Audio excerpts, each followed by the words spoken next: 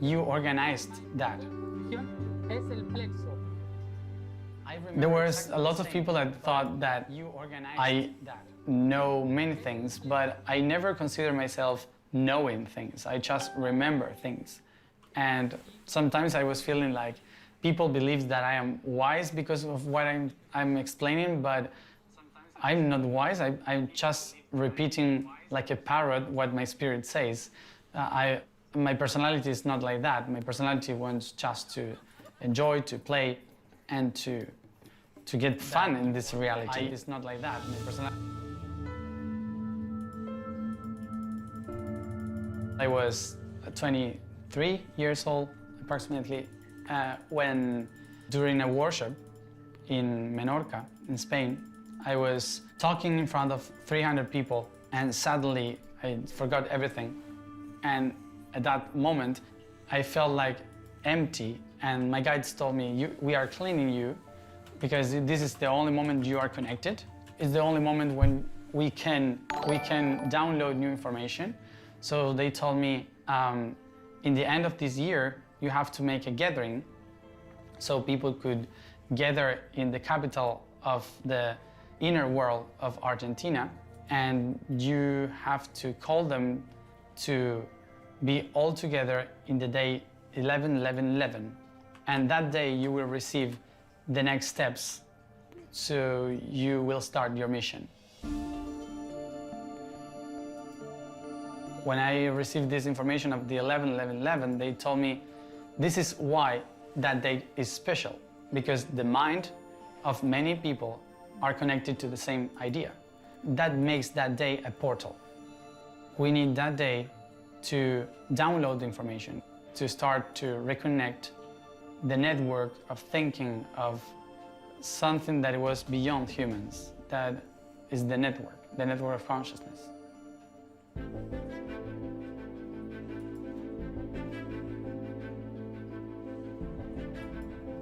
This organization of the gathering was not only about how do we organize the logistics for this gathering, it was also about facing all these conflicts and other dimensions.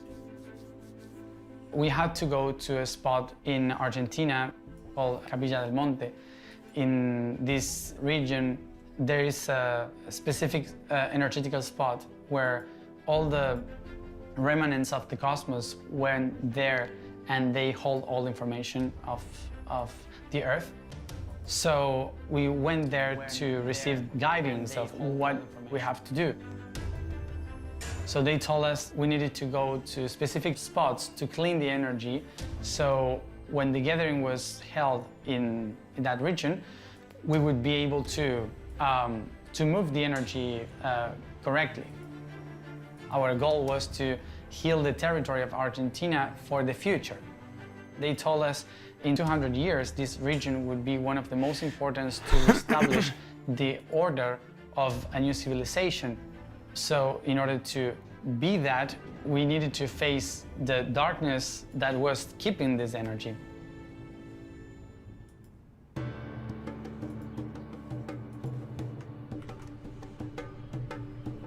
So while my mom and other friends were organizing the logistics in the city, with other friends, we went to these spots of Argentina to make the cleaning of this energy. We went to 4 provinces, one of them in Salta, in the Atacama Desert, the other one in La Rioja, which is the region called Talampaya, then the other one in the Aconcagua, in Mendoza, and the other one in Nahuel Huapi, which is the lake in Neuquén and Rio Negro. These regions that we had to go to anchor this energy and clean were the main regions that represented the throat chakra of Argentina, the liver of Argentina, the kidneys of Argentina, and the root chakra. So by cleaning those portals, it would be easier to move the energy in the core, which is the plexus in Córdoba. One of the most important stories that I had was when we went to Salta, and in the middle of the desert, we were driving to the volcano that we were supposed to go in a rental car, and When we were heading to that region, we saw this dark energy coming and rolling the car, and the car started to spin. All the glass broke and everything started to come inside the car. We had an accident in the middle of the desert.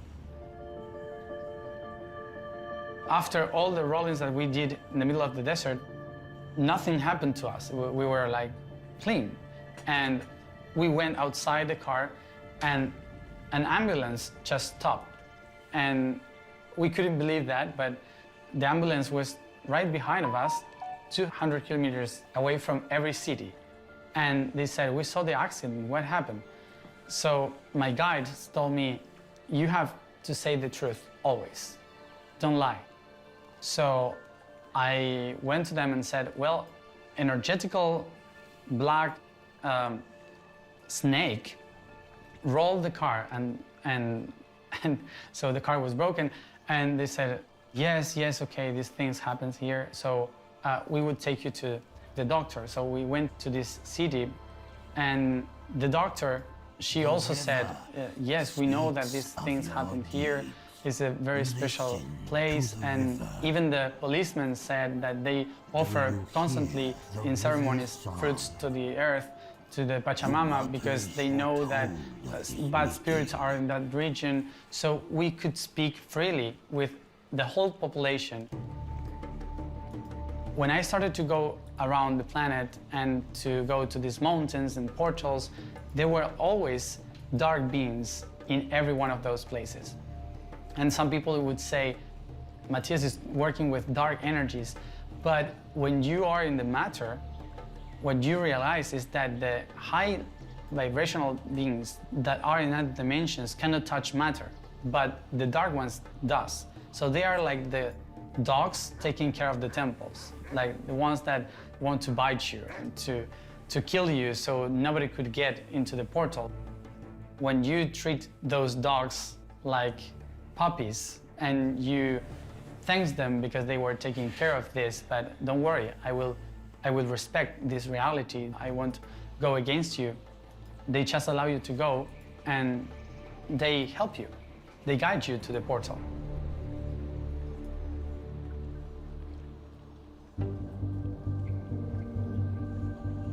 So we went to the mountain again with another car, and we were talking with these dark beings around the mountain, and they said, we are only allow this energy to flow if you, in exchange, give us destruction.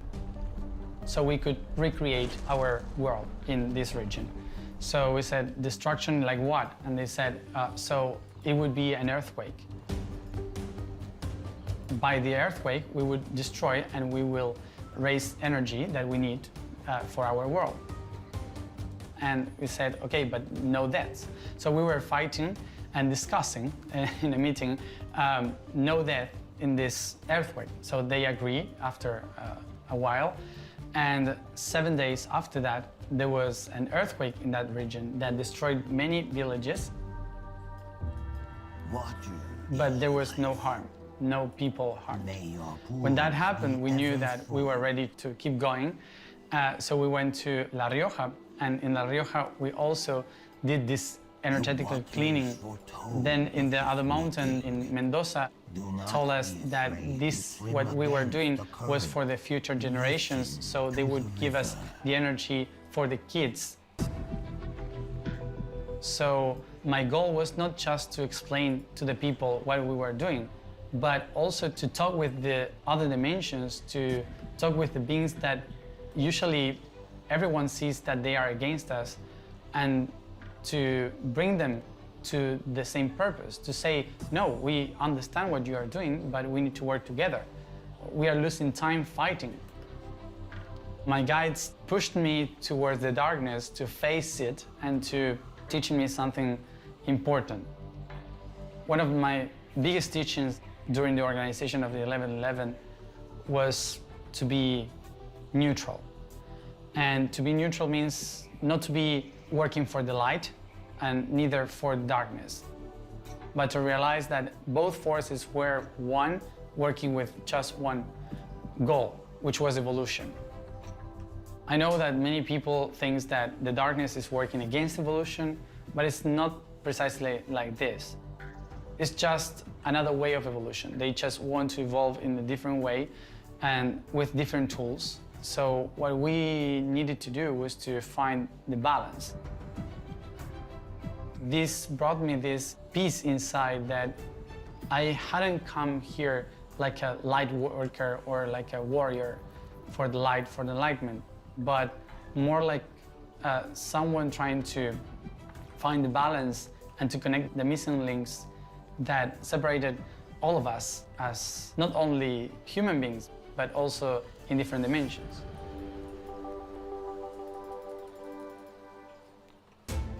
That day in the morning, we had these 6,000 people. The whole day was kind of like magic. And they said, well, you have to deliver keys in the specific portals to open the Kundalini of the world.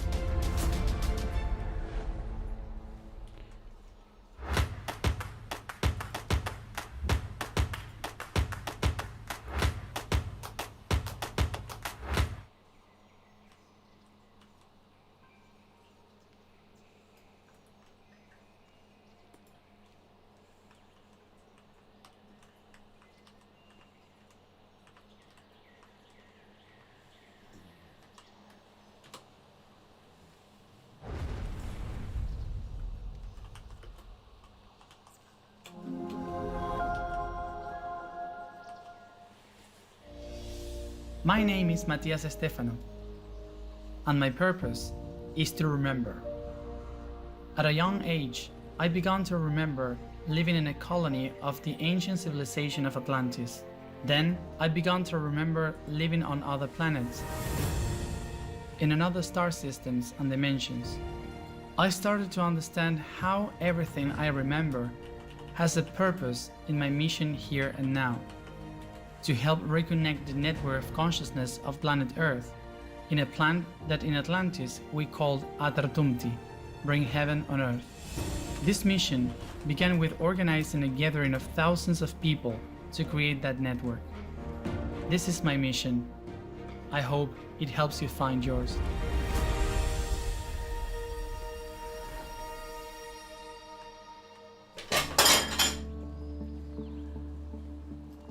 When the day of the gathering arrived, it was Hey, get down. really heavy because my mom and other friends were organizing a gathering for 400 people. And we did all these videos to invite the people from the world. But we had some problems. Capilla del Monte was ruled by a group of original people. They hold the information of the underground cities. They wouldn't give any permission to any white person that would come to the mountains and say, I'm here to work for this and that, like we were trying to do. So they were pushing us out. They didn't want us to be part of their information. So we had to go through many tests that they gave us to heal some spots in the region so they could accept us and allow us to go inside the mountains. So when we did all this process, they allow us to go to the main portal to a place called Ongamira. And after all the stories that we lived in that mountains, I accomplished to sit in a cave where I was able to see in the other side how these other beings were seated. And we start to talk about how the gathering would be. They told me at what times, which meditations, what to do the first day, what to do the second day, the third day. They explained all the logistics, who we had to invite, everything that we had to do. So one of the things that they said was that this gathering would be the 11th, but the result of all of this would be the day 13, November 13. They told me to choose the darkest place to do the gathering of Capilla del Monte. because we needed to prove that we could change the energy of a place, that we could really transform and work together the darkness and the light and to make something different. And what they said was that the last day, the four elements would come and would clean the energy of the place. So the 11th, you can do everything. I guess that the most important story of what happened during the organization was that it's been many months without water in that region. It wasn't raining at all since the beginning of the year. And people was very concerned because the gathering was getting bigger and bigger and all these people wouldn't have water. And that same week, the 400 people gathering became 6,000. Suddenly 6,000 people appeared from nowhere. We had no idea from where they came so many people. And from 23 different countries, they came to Capilla del Monte because of the call. They decided to ban the gathering just one day before it started.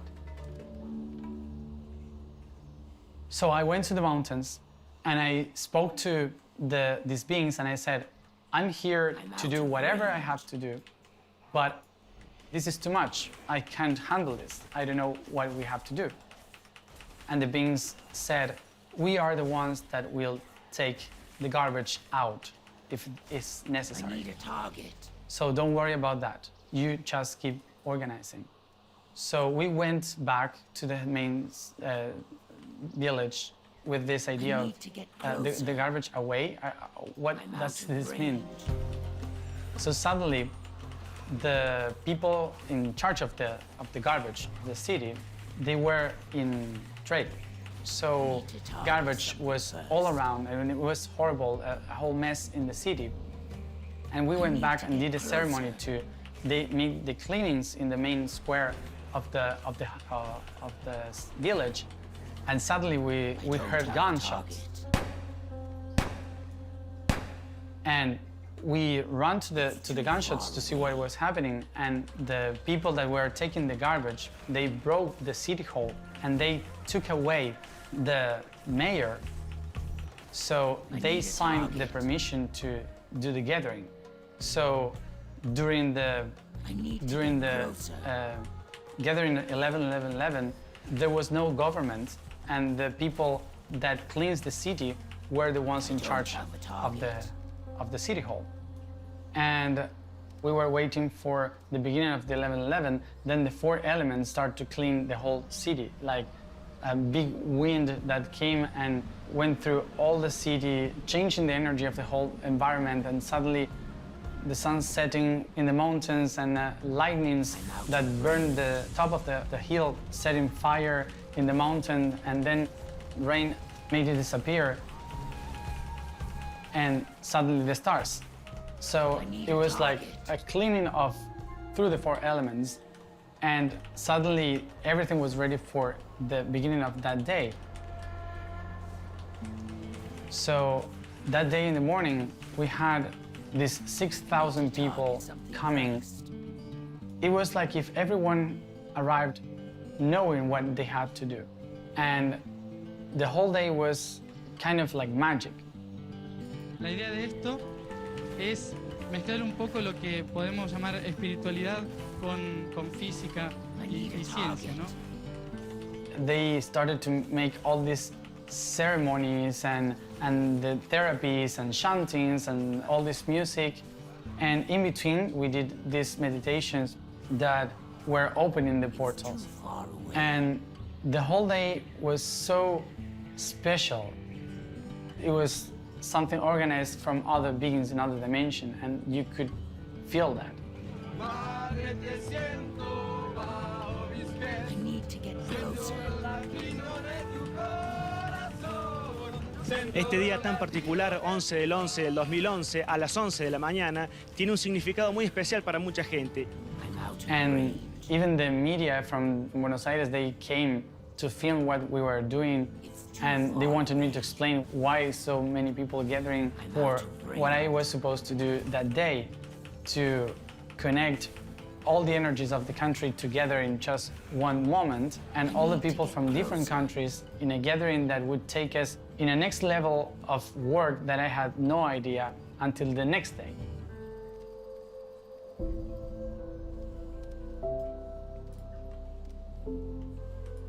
During the day 12, many people have left, but other 2,000 people, we were doing workshops and talkings about the purpose of why we were there, the purpose of mainly South America, why we decided to be born in that region, what was the goal in the future, and why we were working with the spiritual aspect of the region and territory and the connection with every province and country that are in South America, and why we needed to make all this reconnection in order to allow a new time, a new society to come. That day, I fainted, I'm out of range. and suddenly I went to a meeting in the underground, and I saw like this round table with many beings with different shapes, and me sitting there, and they said, the next step is to connect the north and the south. It's some path that we used to call Harwigum. That was something that I remember from this past life, but that you have to do it again. You have to connect the 7 continents and go through 40 countries, I don't have a target. 51 spots, starting in Africa, following Oceania, Asia, Europe, North America, Central America, South America, and Antarctica, where you have to deliver keys in the specific portals to open the Kundalini of the world. And they said, you have to do that from February 7th, 2012 until December 21st, 2012. That's the last day. And you have to be in Antarctica that day. But they said, you accomplished to open the portal in 11/11/11. So this is why tomorrow you will celebrate. This is a celebration, and because of what you did, what you all did, you will receive the blessing. And I had no idea what they were talking about until the next day, when the last people that stayed in the gathering, we all went together, and one of the beings from the CD, from the underground CD, started to talk through me. And he or she was saying that we have come here to be like seeds, to receive the information from the skies and to be grounded on the earth, so we could create this forest of consciousness. She just raised her hands to the skies and said, don't be afraid to receive the gift. And when she pulled down, it started to rain. It was so much water that the rivers, everything started to fill in just one day. All the people were dancing under the water, and the nature started to be green again. It was something so incredible, because nobody was expecting rain that day. It was supposed to be sunny. When that happened, I knew so that I had only 3 months to start with this trip. In just 3 months, I had to take all the possible visas to raise the money to bring 4 people in 40 countries in only 6 months, and even to accomplish to get to Antarctica in just 1 day. And I had no idea how to do it. I had no idea where I was supposed to go. We mustn't The only thing that they said was, you have to go to these regions. I found 3 people in Argentina and Peru that were willing to help me with money to go to those places.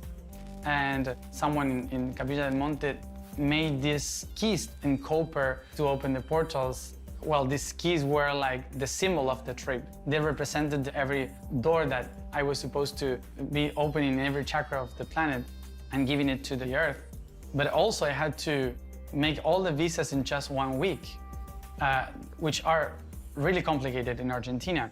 But one of the funny things of this was that my guides told me, again, don't lie. Go to this. When Hey, thanks, James. the ambassador asked me, what are you going to do in the States? When I just said, I'm going to open a portal Thank you, James, of the for the throat like. chakra of the world. And in order to do that, I need to speak with the water of the 3 lakes and then to the Great Canyon. And so he stared at me like, are you kidding? What are you saying? And I was like, no, that's the truth. And who is going to pay for that? I don't know. I have no idea.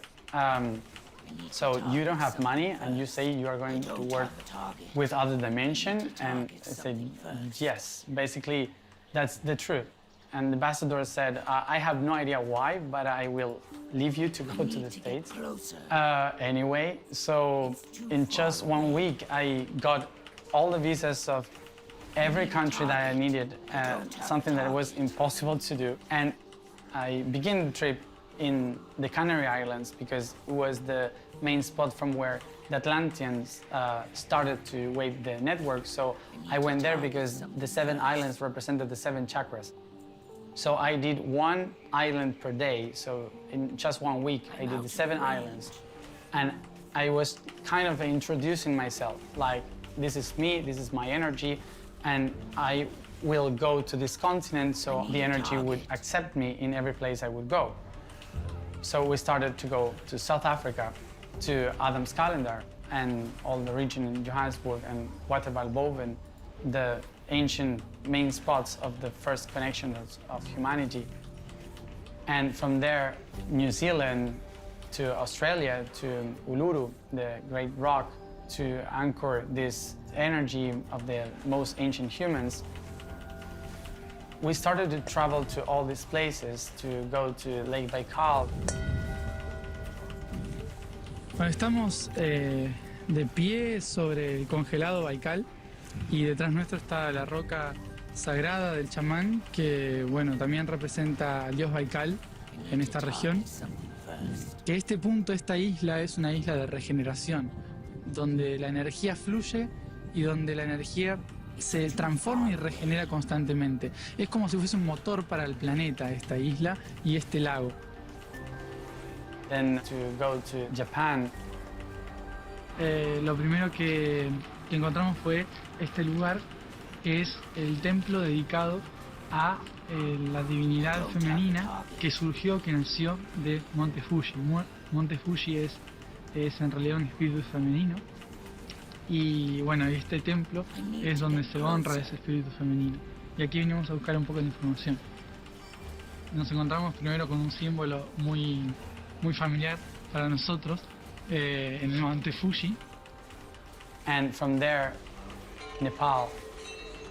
En Bali nos dijeron que había otro lugar que era igual y único como Bali, que era Nepal. No se puede luchar entre la luz y la oscuridad, sino que la luz necesita de la oscuridad también para ser protegida como la oscuridad de la luz. And suddenly I ran out of money. Because we had no organization, we had nothing. I was just a kid traveling around the world.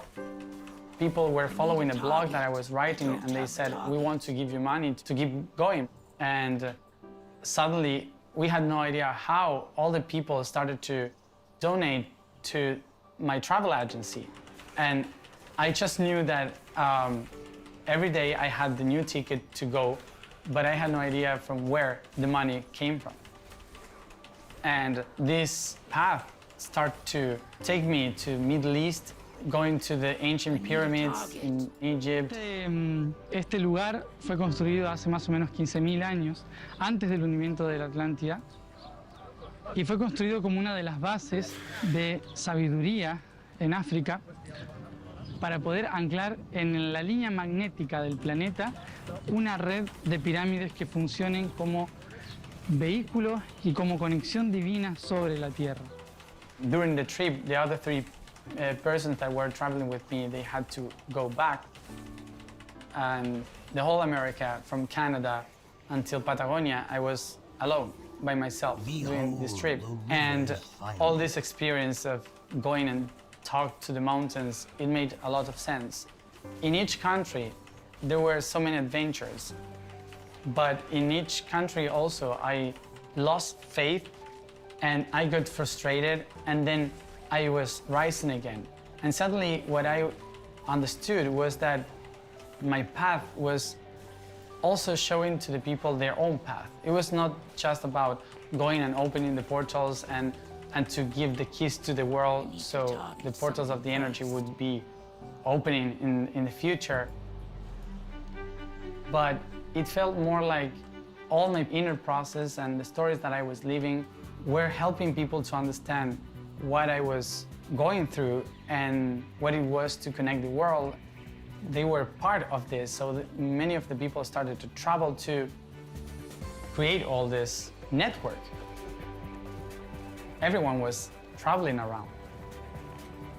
I never asked that, but somehow they started to organize themselves to do the meditations, to share their own stories, to make these groups. And suddenly we create this network of Harwitun. I was doing the connection, the meditation, and from behind of me, there comes this native people with an arrow and a bow, and another one with a sword, and another one with a gun, and they kidnapped me.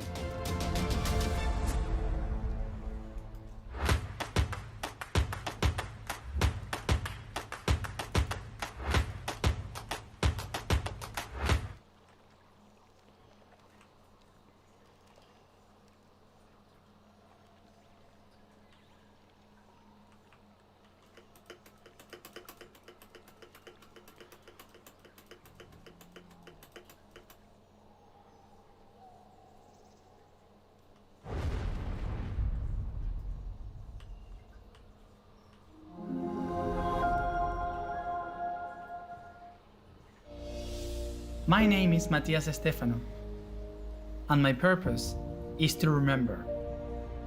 At a young age, I began to remember living in a colony of the ancient civilization of Atlantis. Then I began to remember living on other planets, in another star systems and dimensions.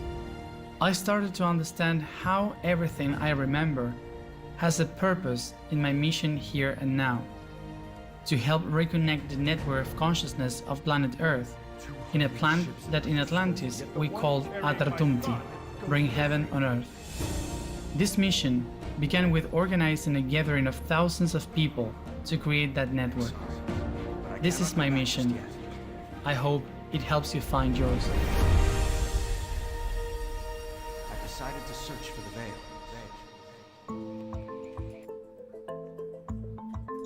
Many of the stories that I lived along the Harwitun path, I never told them, but two most important stories that I lived there in this trip were the one that happened in Paraguay and the one that happened in Antarctica.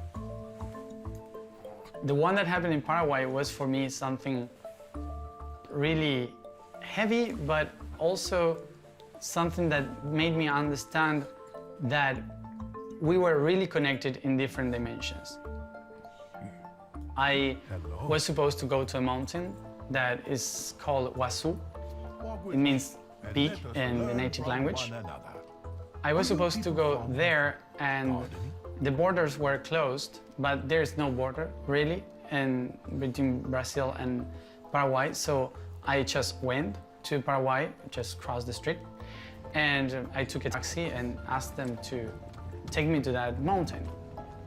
So he took me there, but something funny happened. For me, it's funny, but for most of the people, it wasn't.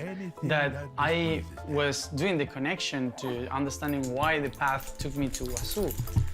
And they said, there is an important information in the waters below South America, in this region, that will help awake the potential of the humanity in the future.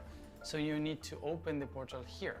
But in order for people to know how important is this, we need you to show how important is this place. For my people. But I had no idea how it would happen. But suddenly I was doing the connection, the meditation, talents are somewhat lacking. and What would from the you height do of me, to decorate my there wall comes here? this native people with an arrow and a bow, and another one with a sword, and another one with a gun. Don't They say a stole the word. car Allow and they your took the image to taxi speak. driver and myself We into the Pandaren woods, prize and beauty, and they we kidnapped find it me. all around us. In the curves Instead of a of tree, being the sad colors of a sunrise, or even in the scared, I got like frustrated. I said, I can't die here I and see. start all over. One of your great alliance warriors, I is just it? have 2 countries You more have chosen to a go. lion as I your can't crest. die. Your It's people impossible. are both stout and ferocious. So I But start to always remember, argue with the The people lion that kills had the guns, only when hungry.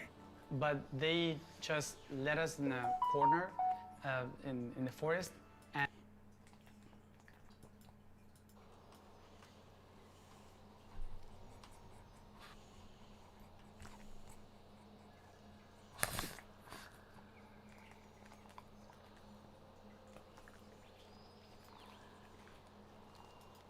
Here they come. Yes, yes. You see how easy it is to make friends.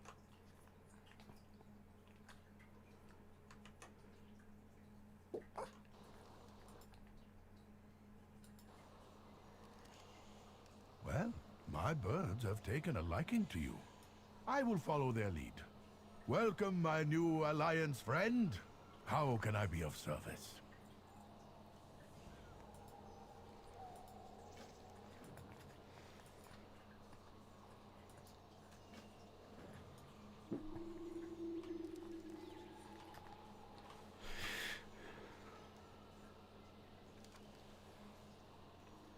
Embering Wing. What is this?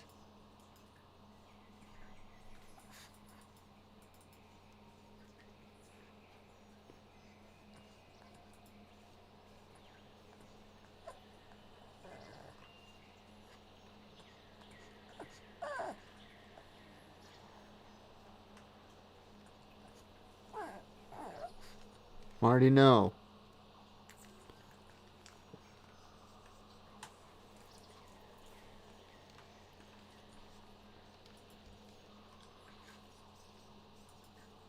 I'm out of range. Invalid target, huh?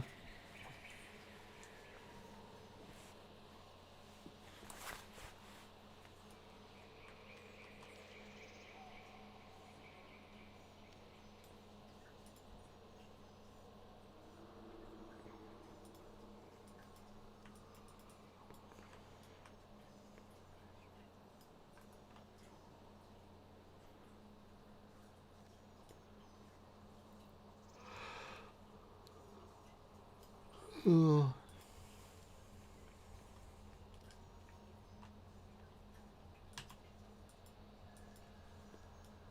What the fuck?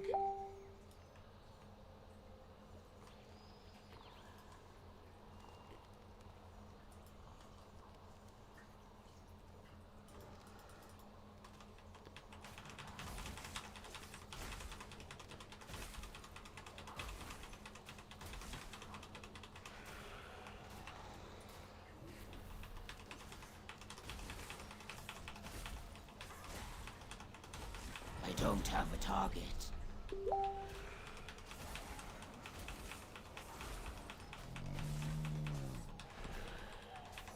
I need to target something first.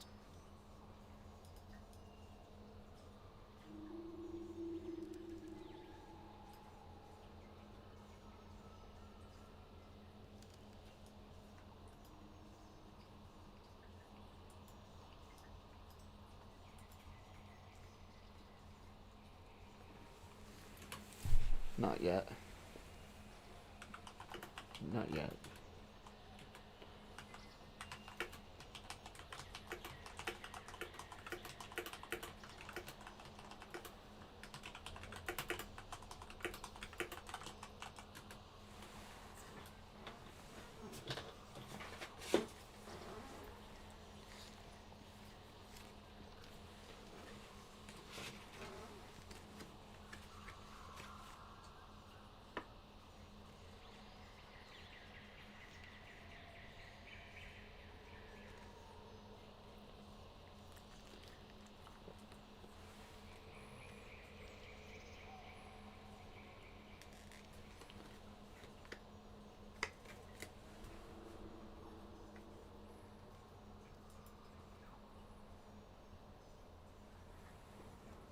I'm on Thrall. THRALL. But all my tunes are Horde. If you start a tune on my server, I will send you gold and bags. Okay, Horde.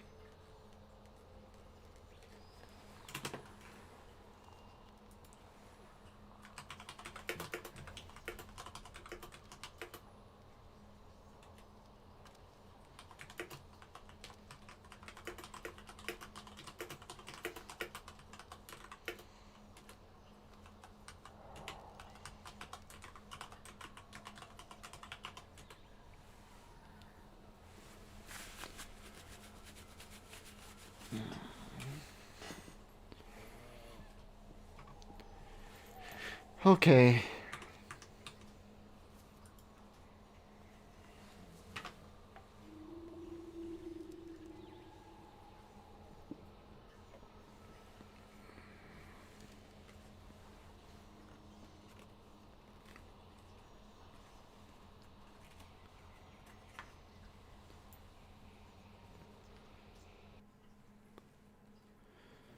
Let's change realm.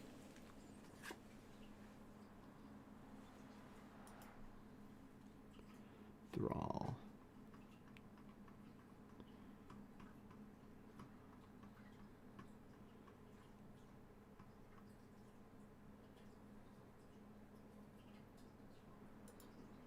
Thrall.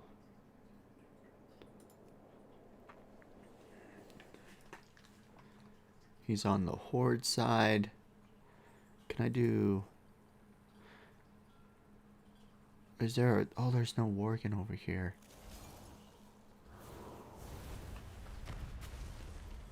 Oh, that's gay.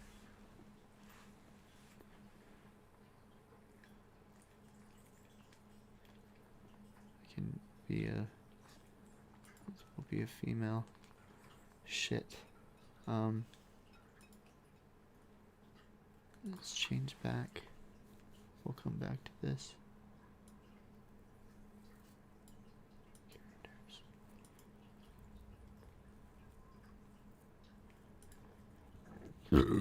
Excuse me. Twitch, Mr. Mojo.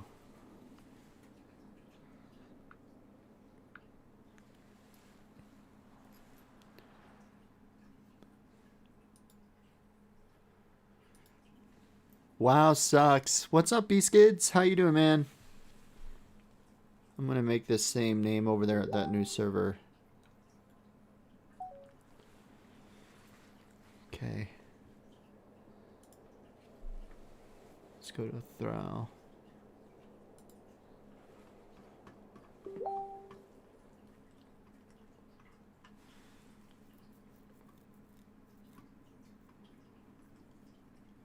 No menu marathon. Well, I'm trying not to do menu marathon. I still do, but not like I used to. I still do. We'll see. Horde, Thrall. Oh, I wish I could get this.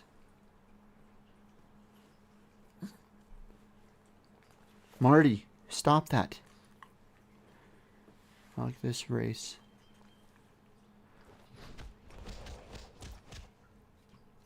Okay, let's be a Death Knight. And customize. Skin color. Ooh, let's do that one. No.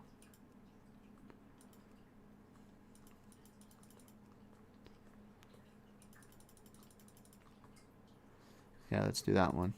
Just kidding. We'll do this color right there. Face. Ooh, I like those dots.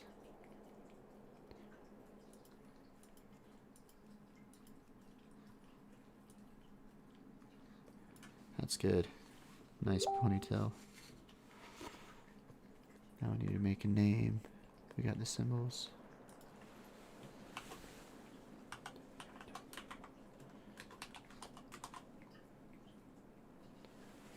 Twitch Mr. Mojo. But we want to do the symbols. What is it? Alt 246 0246.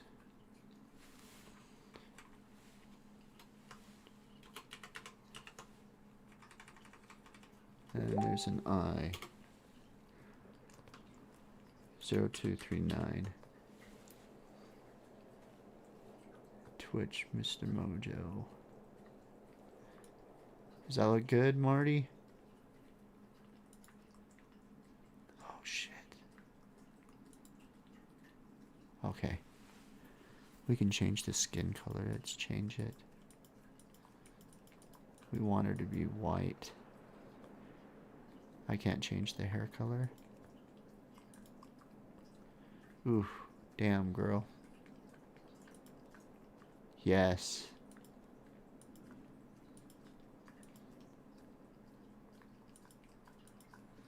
There we go, we got the snakes. Ooh, and you also got those. That's fancy.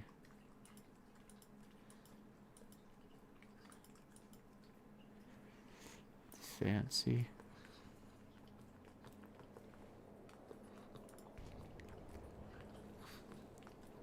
Twitch Mr. Mojo.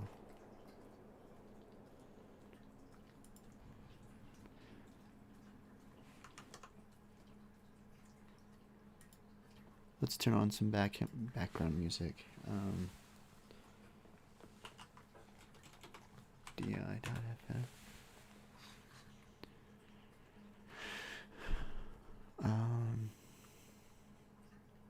Space Dreams.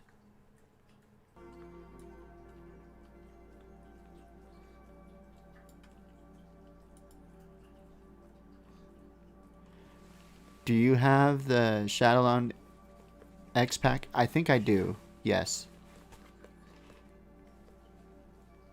Above the world yet again, and it has found new champions to bring about its final reign. Knights of darkness, wielding runes of death and destruction, bound by the will of the Lich King. This is the hour of their ascension. This is the hour of your dark rebirth. We just made a character on this server, didn't we? Oh my god, are you kidding me? Gosh dang it. Add-ons. Disable all. Enable all.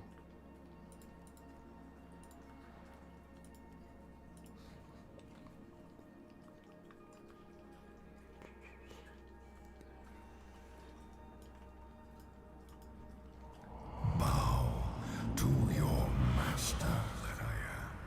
Anger, cruelty, vengeance, I bestow upon you, my chosen knight. Well, let's do this I have again. granted you immortality, so that you may herald in a new, dark age for the Scourge. Gaze now. I'm an expert at this now. This is my third time doing this. Scarlet Crusade scurries dress on my work, while Light's hope stands defiantly against us, a blemish upon these plague lands. They must all be shown the price. Alright, we gotta turn those on. You will become my force of retribution. Where you tread, doom will follow. Go now and claim your destiny, Death Knight.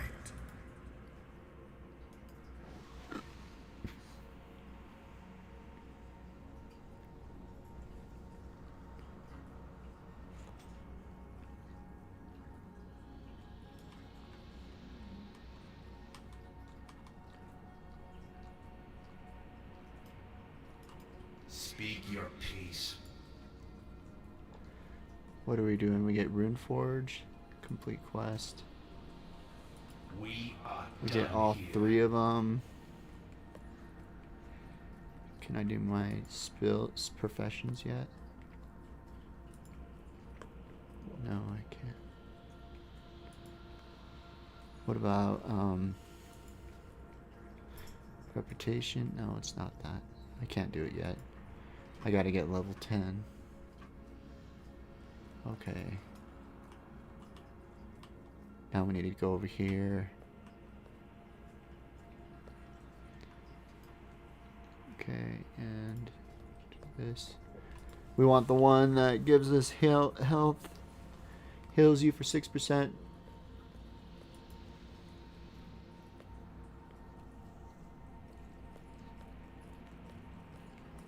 Okay. So we want to engrave both of these. We'll do the other one too, the different one. So we'll engrave this one and this one. And then we'll engrave this one for the two-hander sword.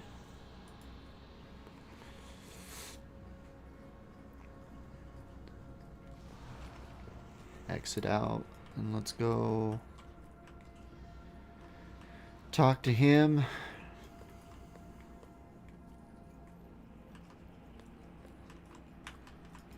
What? There's work to be done.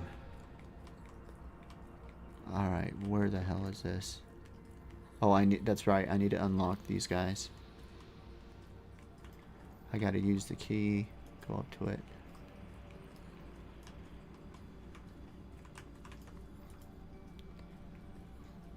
Come on.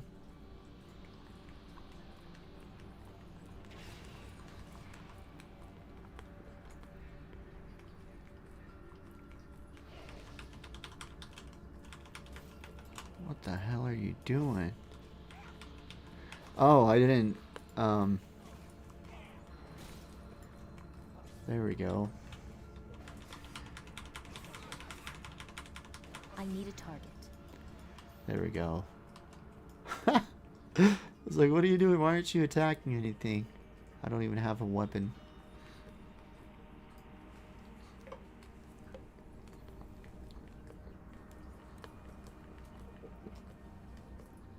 Okay. I will listen for now. Complete.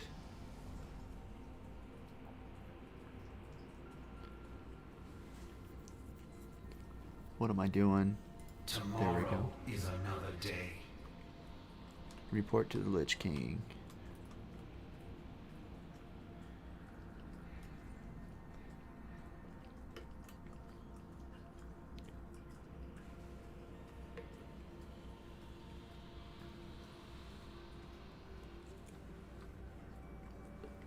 Marty, why are you doing that? Stop that. Stop looking. Uh-oh.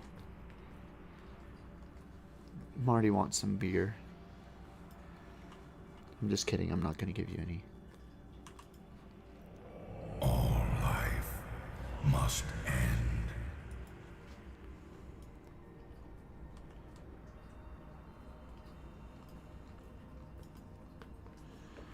It's this one. Ooh, you got some goopy goops in your eye.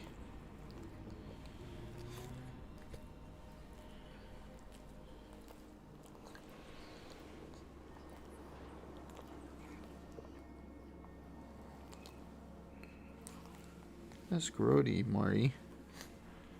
Yes, it is.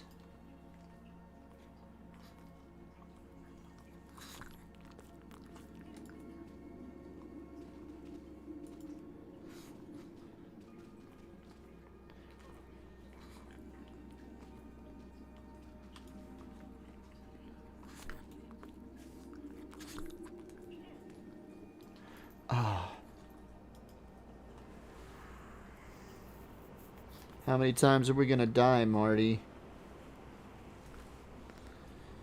Why?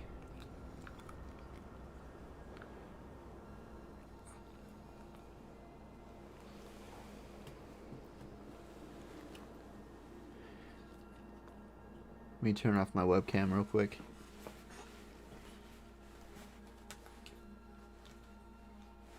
Oh shit, we're dying.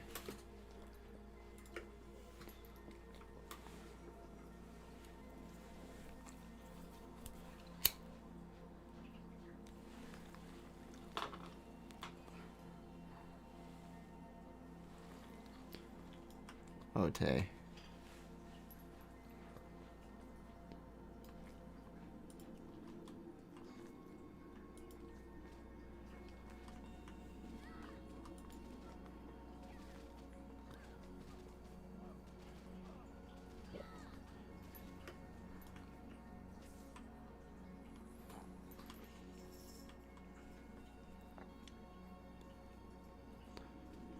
Shit. Oh wait, no, it's that one. There's another guy. Shit. Dang it, Marty.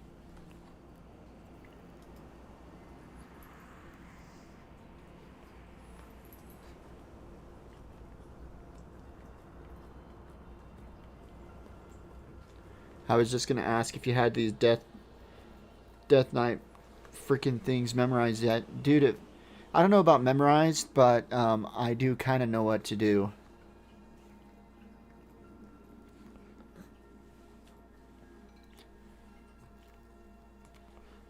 This is my third Death Knight in less than a week. Because I made a Death Knight, my first one, and I was a human, and I started running, and I noticed that there was a guy running super fast as a Worgen, and I'm like, oh. So I re-rolled, deleted that character, and made a Worgen, and I got to level 20... or level 18, and then you popped on, and then now I'm creating another one, which is this one.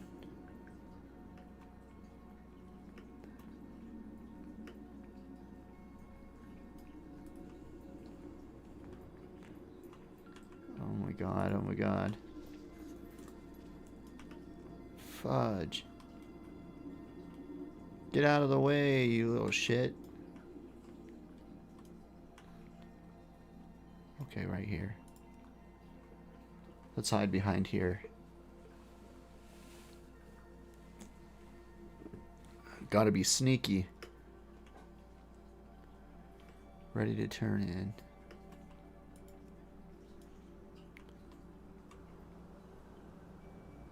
Some of them are a pain in the ass. Speak. I had some issues.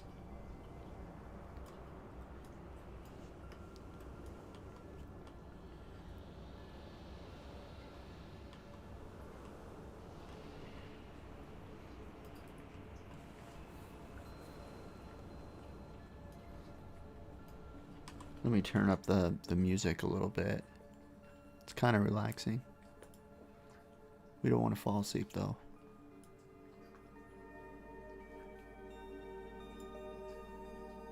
There we go. Obey or be eliminated. Excuse me.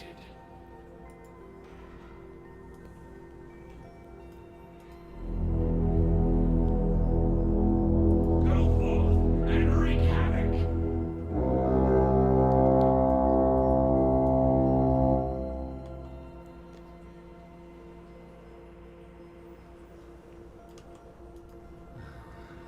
Oh, I know. Yes. Like we can listen to healing music frequencies on YouTube. Free cool.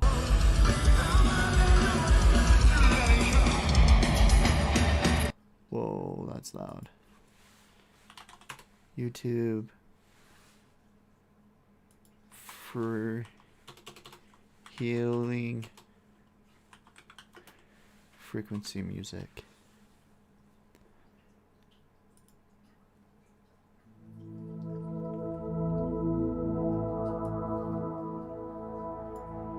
Ah, beautiful.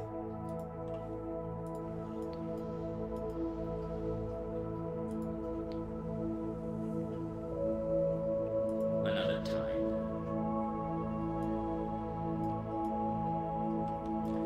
I don't know if that's too loud. Let me turn it down.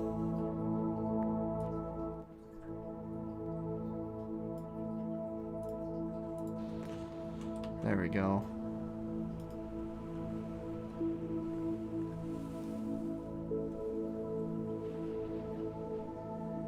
Oh, it's my bedtime. It's all good though. We'll play a little longer.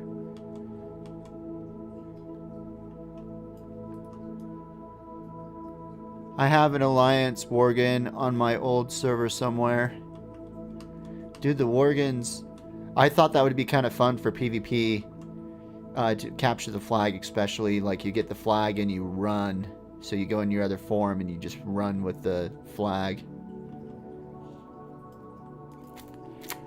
Yes. We will have our... Let's get them all.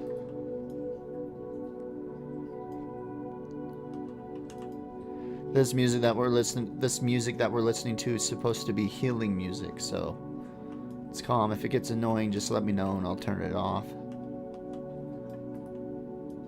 But I think it will be good. It's good, nice healing music. What? There's work to be done.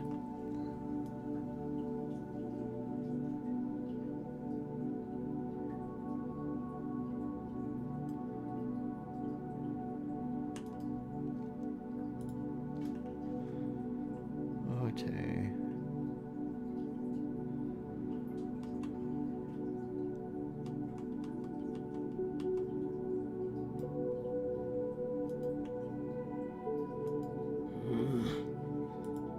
Suffer well.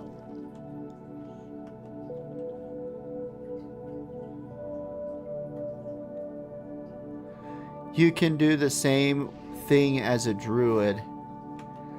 Oh yeah, that's right. You turn in cat form.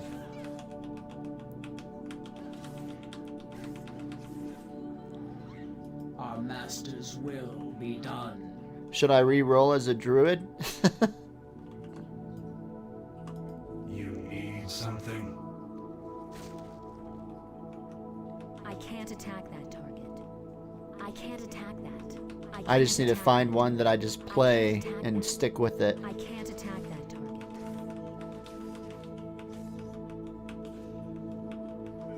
No, because then you'll start at level 1. I can't attack that. Dude, my druid right now, I mean my character is level 8.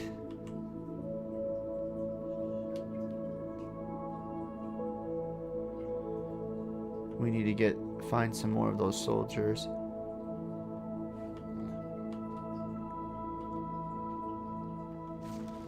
Hang on, let me take a puff of my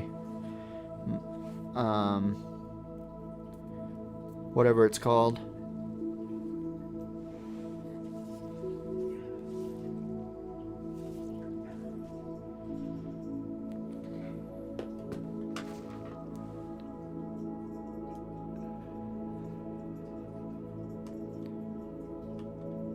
Helps with my anxiety. I have anxiety really bad.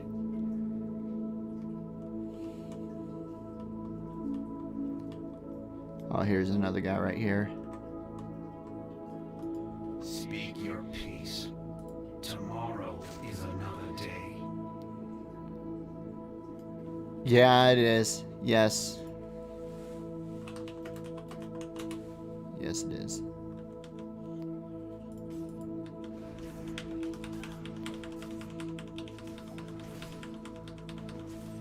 I will listen for now. 5. Our master's will be done.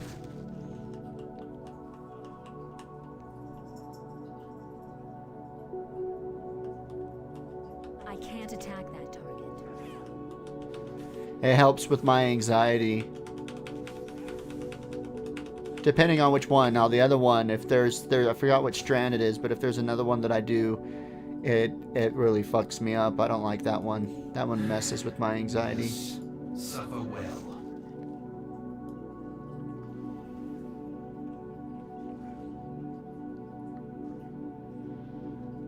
And your glaucoma.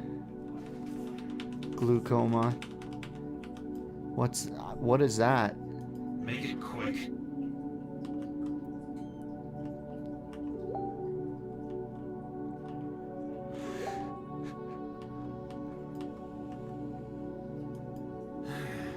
Yes.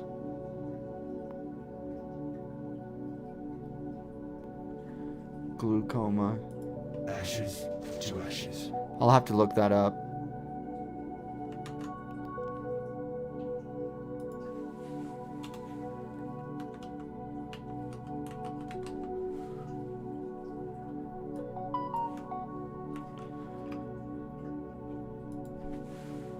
What does mean?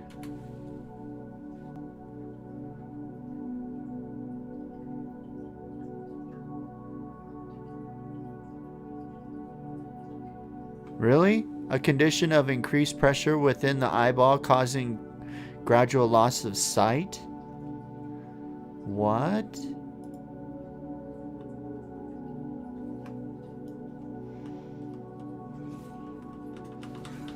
Oh shit, I'm gonna die.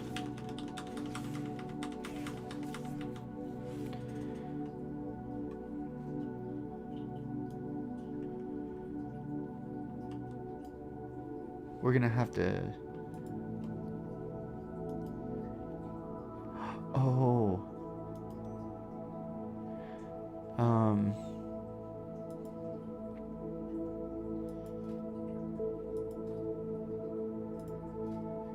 Heirlooms.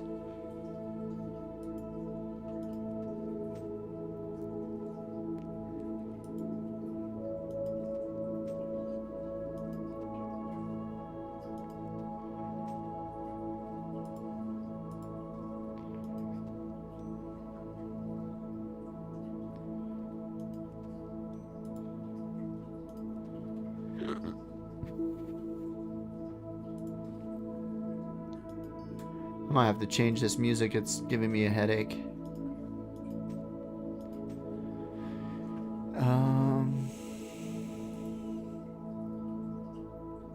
Let's go to a different one.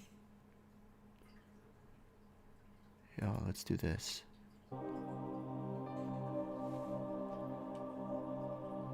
$11.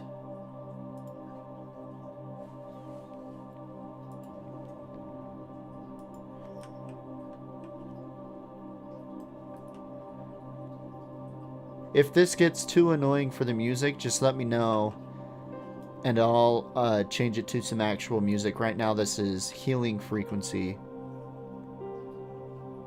So we're listening to music like that you would listen to fall asleep.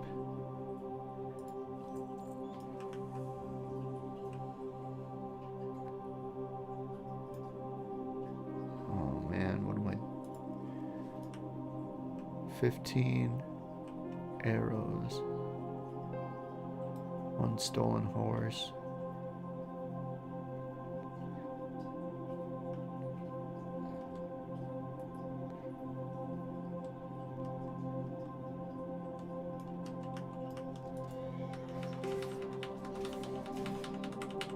I need to get closer.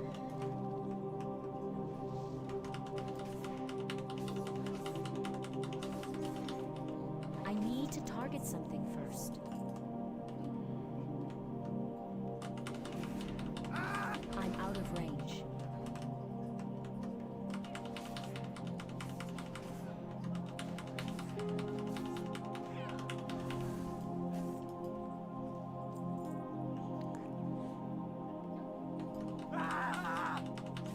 It's too far away.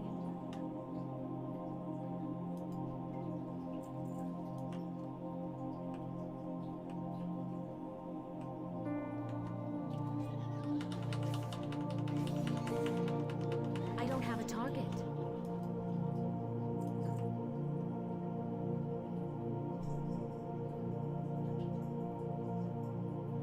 Let's steal a horse. I need to get closer.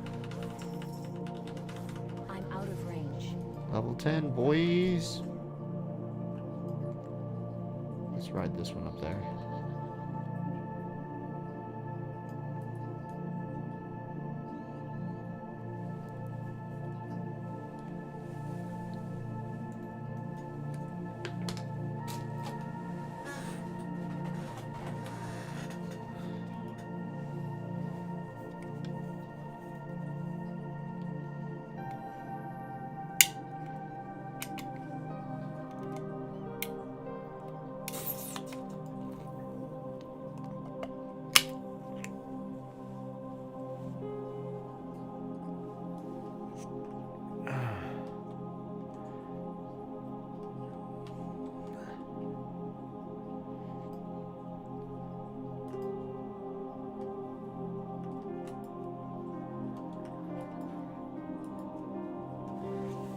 There we go.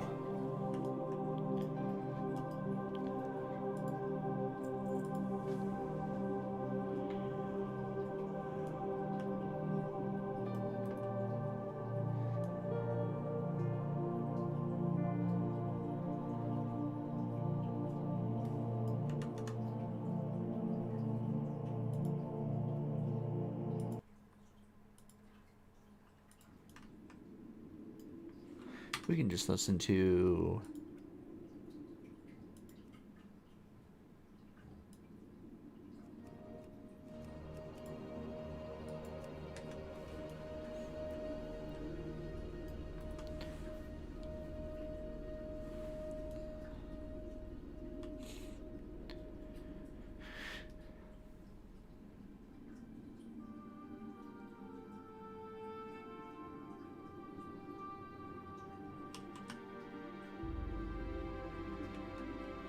It's too far away. I need to target something first.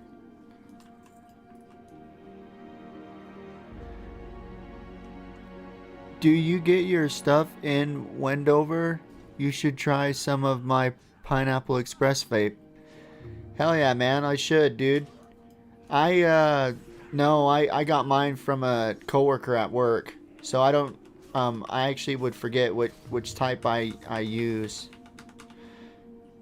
Dude, we should go to Wendover, man. That would be awesome. I can't afford to do it right now. I'm so broke, but maybe in a couple months. Then we'll have to plan a trip. It'll be fun. Bring a couple $100.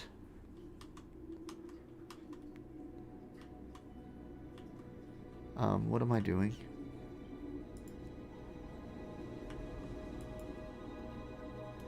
Oh, here you are. Impressive, Death Knight.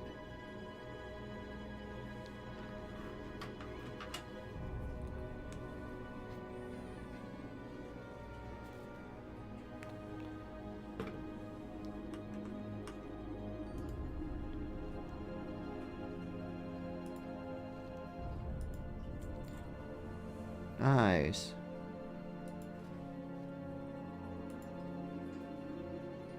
Oh, I haven't learned it yet.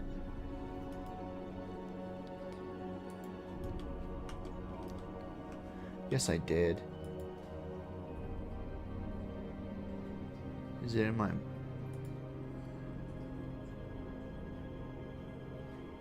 Oh yeah, it's right there.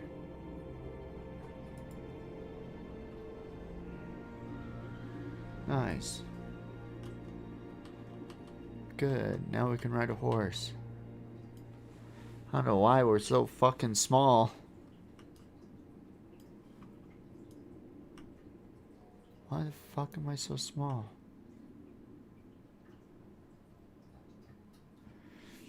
I know you can zoom in, but I just feel like that we're small. Like we're tiny. Oh shit. Damn it. The arrows are across the map. I was like, oh crap. Oh, we need to do those, guys? Come here. It's too far away. We need to do Howling Blast. We need to get the casting one. Target. There we go. Now we got it. I need to get closer.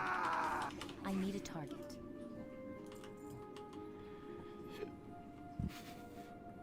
Oh. Oh, I need to do interface. Action bars. No. Yeah? No. Oh, I missed one. There we go.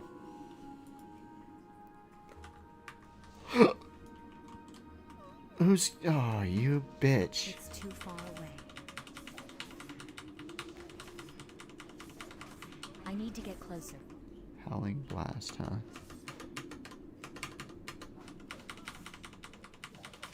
I'm out of range. There we go. We got both of them. Okay. What are we doing? What am I gonna do? What am I doing, Joe? What are you doing? I forgot what the fuck I was gonna do. It was important too. Damn it. I'll remember later. Oh yeah, that's right. Okay. Talents. There we go. We want Frost. Activate. You are in combat. Oh, cool. I love it when I'm in combat. Who's shooting me?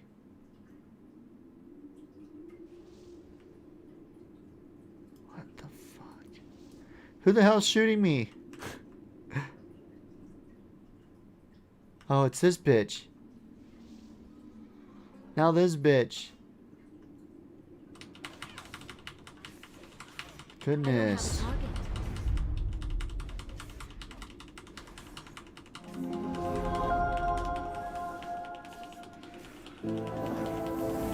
That's crazy. I didn't even start that.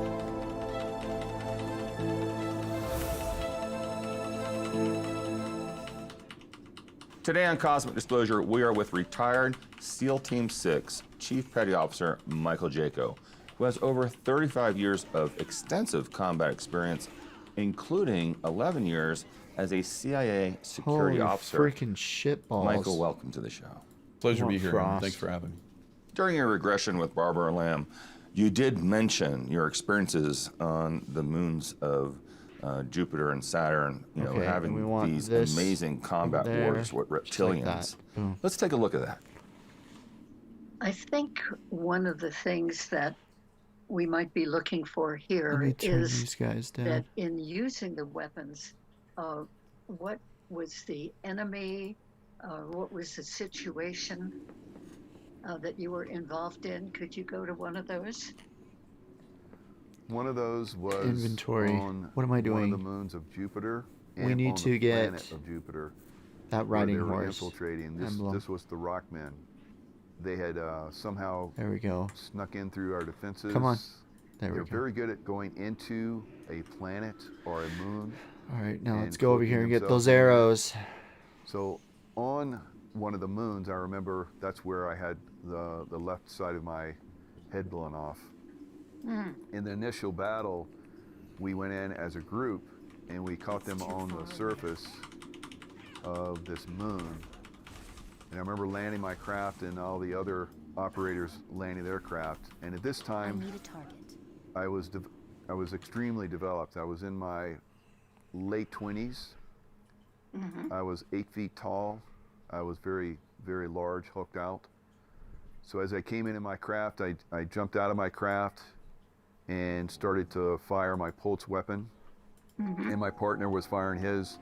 We were able to take out several of them. As more of our special force group came in and landed their craft and joined us in the battle, we started to go into their subterranean base. And then as we went into their subterranean base, all of our technologies for seeing in the dark, for firing our pulse weapons, they all went out. There we go. Now we got two weapons. We're dual wielding, baby. I was separated from my partner, and that's when I had one of their weapons like blew up the side of my head, and my team pulled me out. So I was a captain then. I was a captain of my special forces group of about 50 men and women. So I was put back in my craft, and I was flown back like I described by someone in the main fleet. And they brought me back and put me back together. You know, it was I would say, you know, in normal circumstances, it would have been traumatizing, but we actually performed very good on that day. We ended up driving them out of the moon that's around Jupiter, and there was another moon that they were on in Saturn as well at a later date. And because of our experiences on the Jupiter moon, we had no casualties whatsoever, and we drove them out very quickly. So it's something that over time, as we evolve in our fighting skills, we're far easier to adapt and overcome our enemy very quickly. So there's less loss of life on our side and on their side. So we get them to surrender sometimes very quickly. Sometimes we show up and they just give up because we're so effective. Do you remember any other missions that you've been on, and what was your specific role and duty? So currently, I see myself as a galactic commander, and in this role, I'm given different tasks.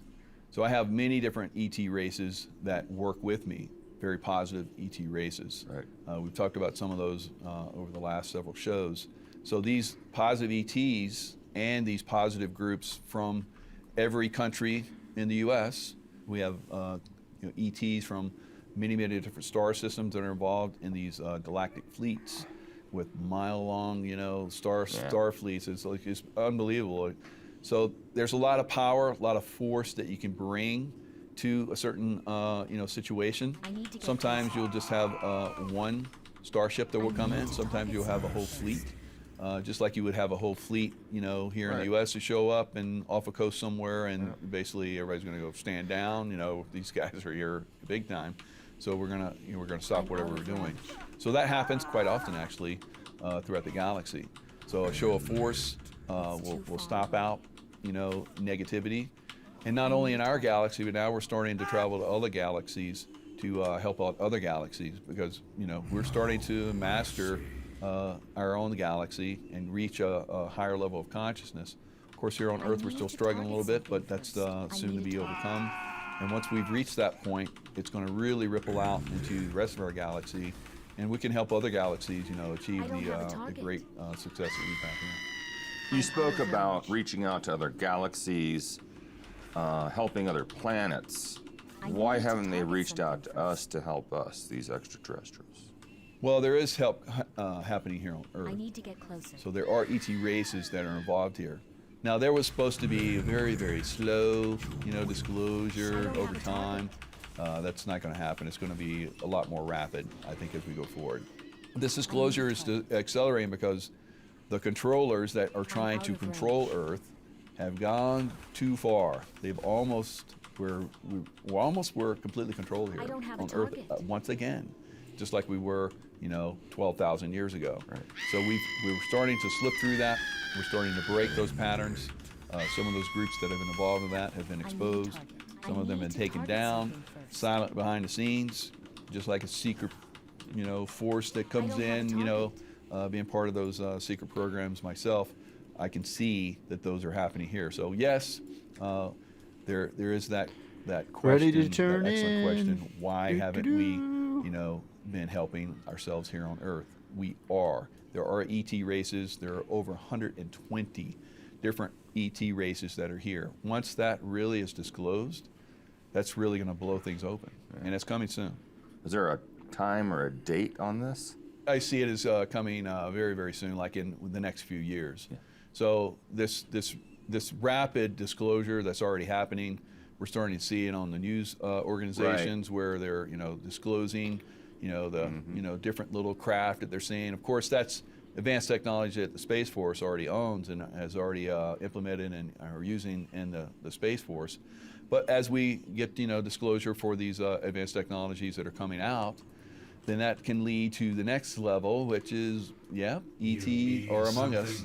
Now, these are negative ETs, some of them, which have been controlling the Earth, yes, but they have been taken down to a great level. And as we move forward, they're going to be completely eliminated from here on Earth, just like we eliminate them in the Space Force from different planets, the negative ETs. They're going to be eliminated here, but not by the Space Force, by the consciousness and by the decision of the people of Earth. And that has to happen. The Earthlings, as we could call them that, are having to awaken and take their consciousness to the next level.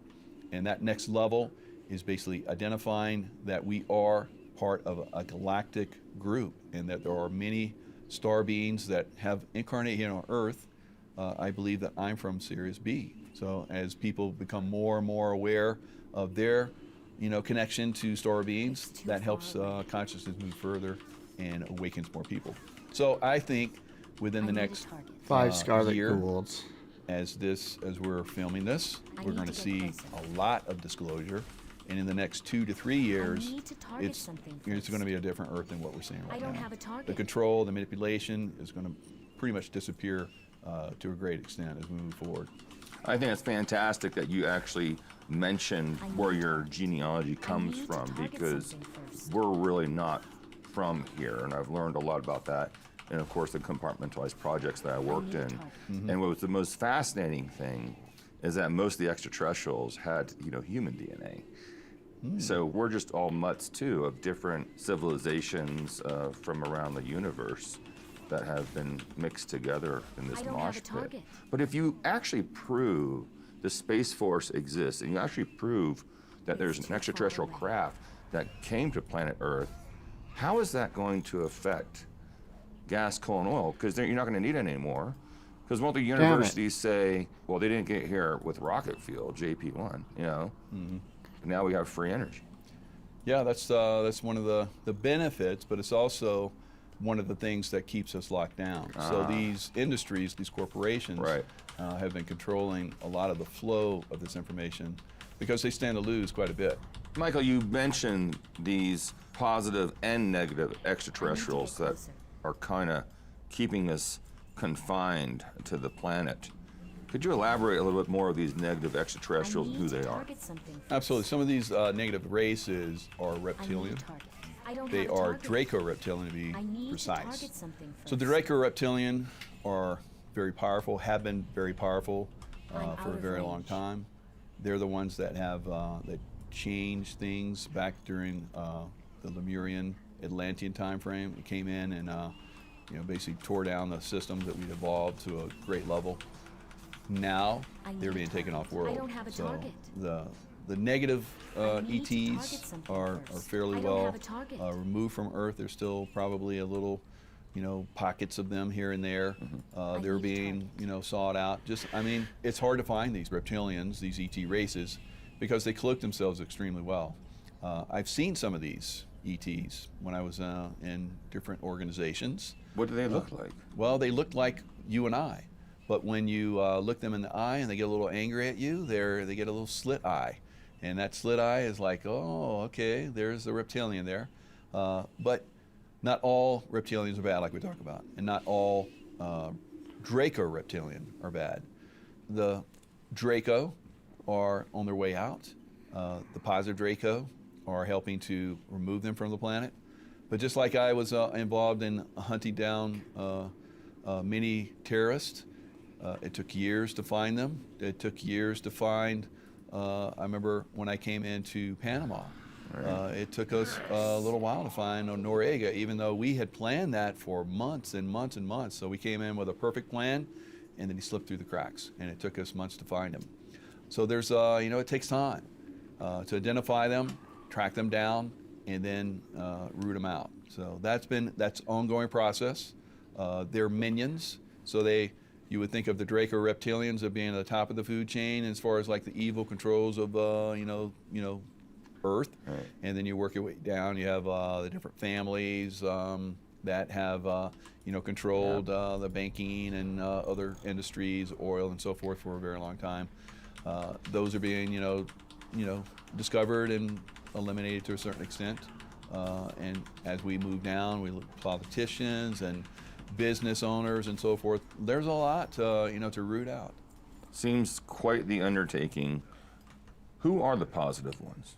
So the positive ones are the ones that are trying to help humanity, like you and I. Right. We're doing the best that we can.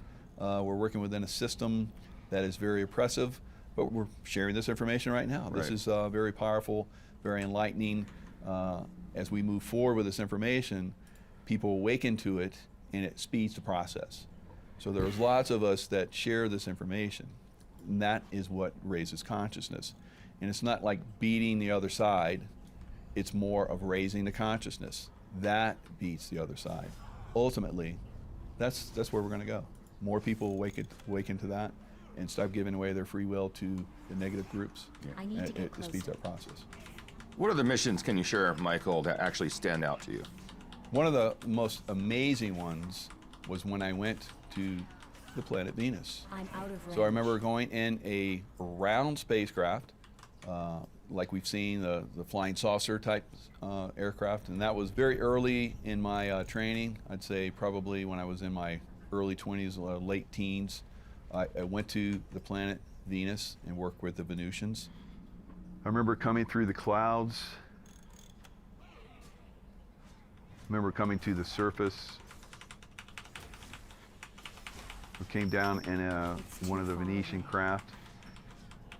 The Venetian craft are round, like the flying saucers. I need to target something first. I remember coming down. It was a very large one. There was like a group of 15 of us, and plus the Venetians that were flying the machine. And when we touched down, I remember leaving the craft and coming onto the Venus, and it was like 85 degrees. It was very nice. There were fauna, there were plants and animals that were similar to our planet, but also some that were very strange. So eventually we would go into underground surfaces, and there were cities underground, pyramidal structures underground, stones. The stones were like unbelievable. They were made of like a metal that was shimmery and shined, and it changed colors. Big blocks of stone that were put together in these buildings. They shimmered purple. They shimmered Hello? blue. Iridescent colors. Some of the buildings would reflect what your energy was. If you were, I thought if you were happy, Dorf, are you there? If you were morose, Hello? they would reflect the. Oh, okay. No one joined. The color of your mood. My mission was to learn more of the vibrational fields, to learn how to connect with other animals and plants and humans and other species of the galaxy. The vibrational fields of every living thing is different, even between one person, one individual to another. You would learn how to change your vibration so that it would match the other person's. And this was something we had learned early on in our training, to move our vibrational fields in a way that we could, levitate or move through different materials. The hardest being stone. I was not able to move through stone, but I could move through wood. I interacted with Venetians for 6 months. So during that 6 months, they taught me quite a bit, enough for many lifetimes, really. It's the way they train is far more advanced. The way their information is far more advanced than the way our information is. They understand things on a greater level. Philosophers from the past have been trained by Venetians. So traditional science suggests that the temperature, on Venus is around 800 degrees. I mean, how would you survive that? I went to the surface, and the surface is absolutely livable. So about 85, very balmy, very pleasant temperature at the equatorial area. Mm-hmm. So not the high temperatures that, supposed probes or disinformation campaigns or whatever's going on out there as far as like life on different planets and the moon. Right. There's life on every single planet. So there's life on Venus. We came into their atmosphere. I remember there being clouds and cover, and then eventually when we broke free from the clouds, the surface was clear. There were forests, there were animals and structures that were on the surface. Around the equatorial level is where I came in. There's probably about 15 or so of us that got out that did the training there with the Venusians, the love training that I talked about.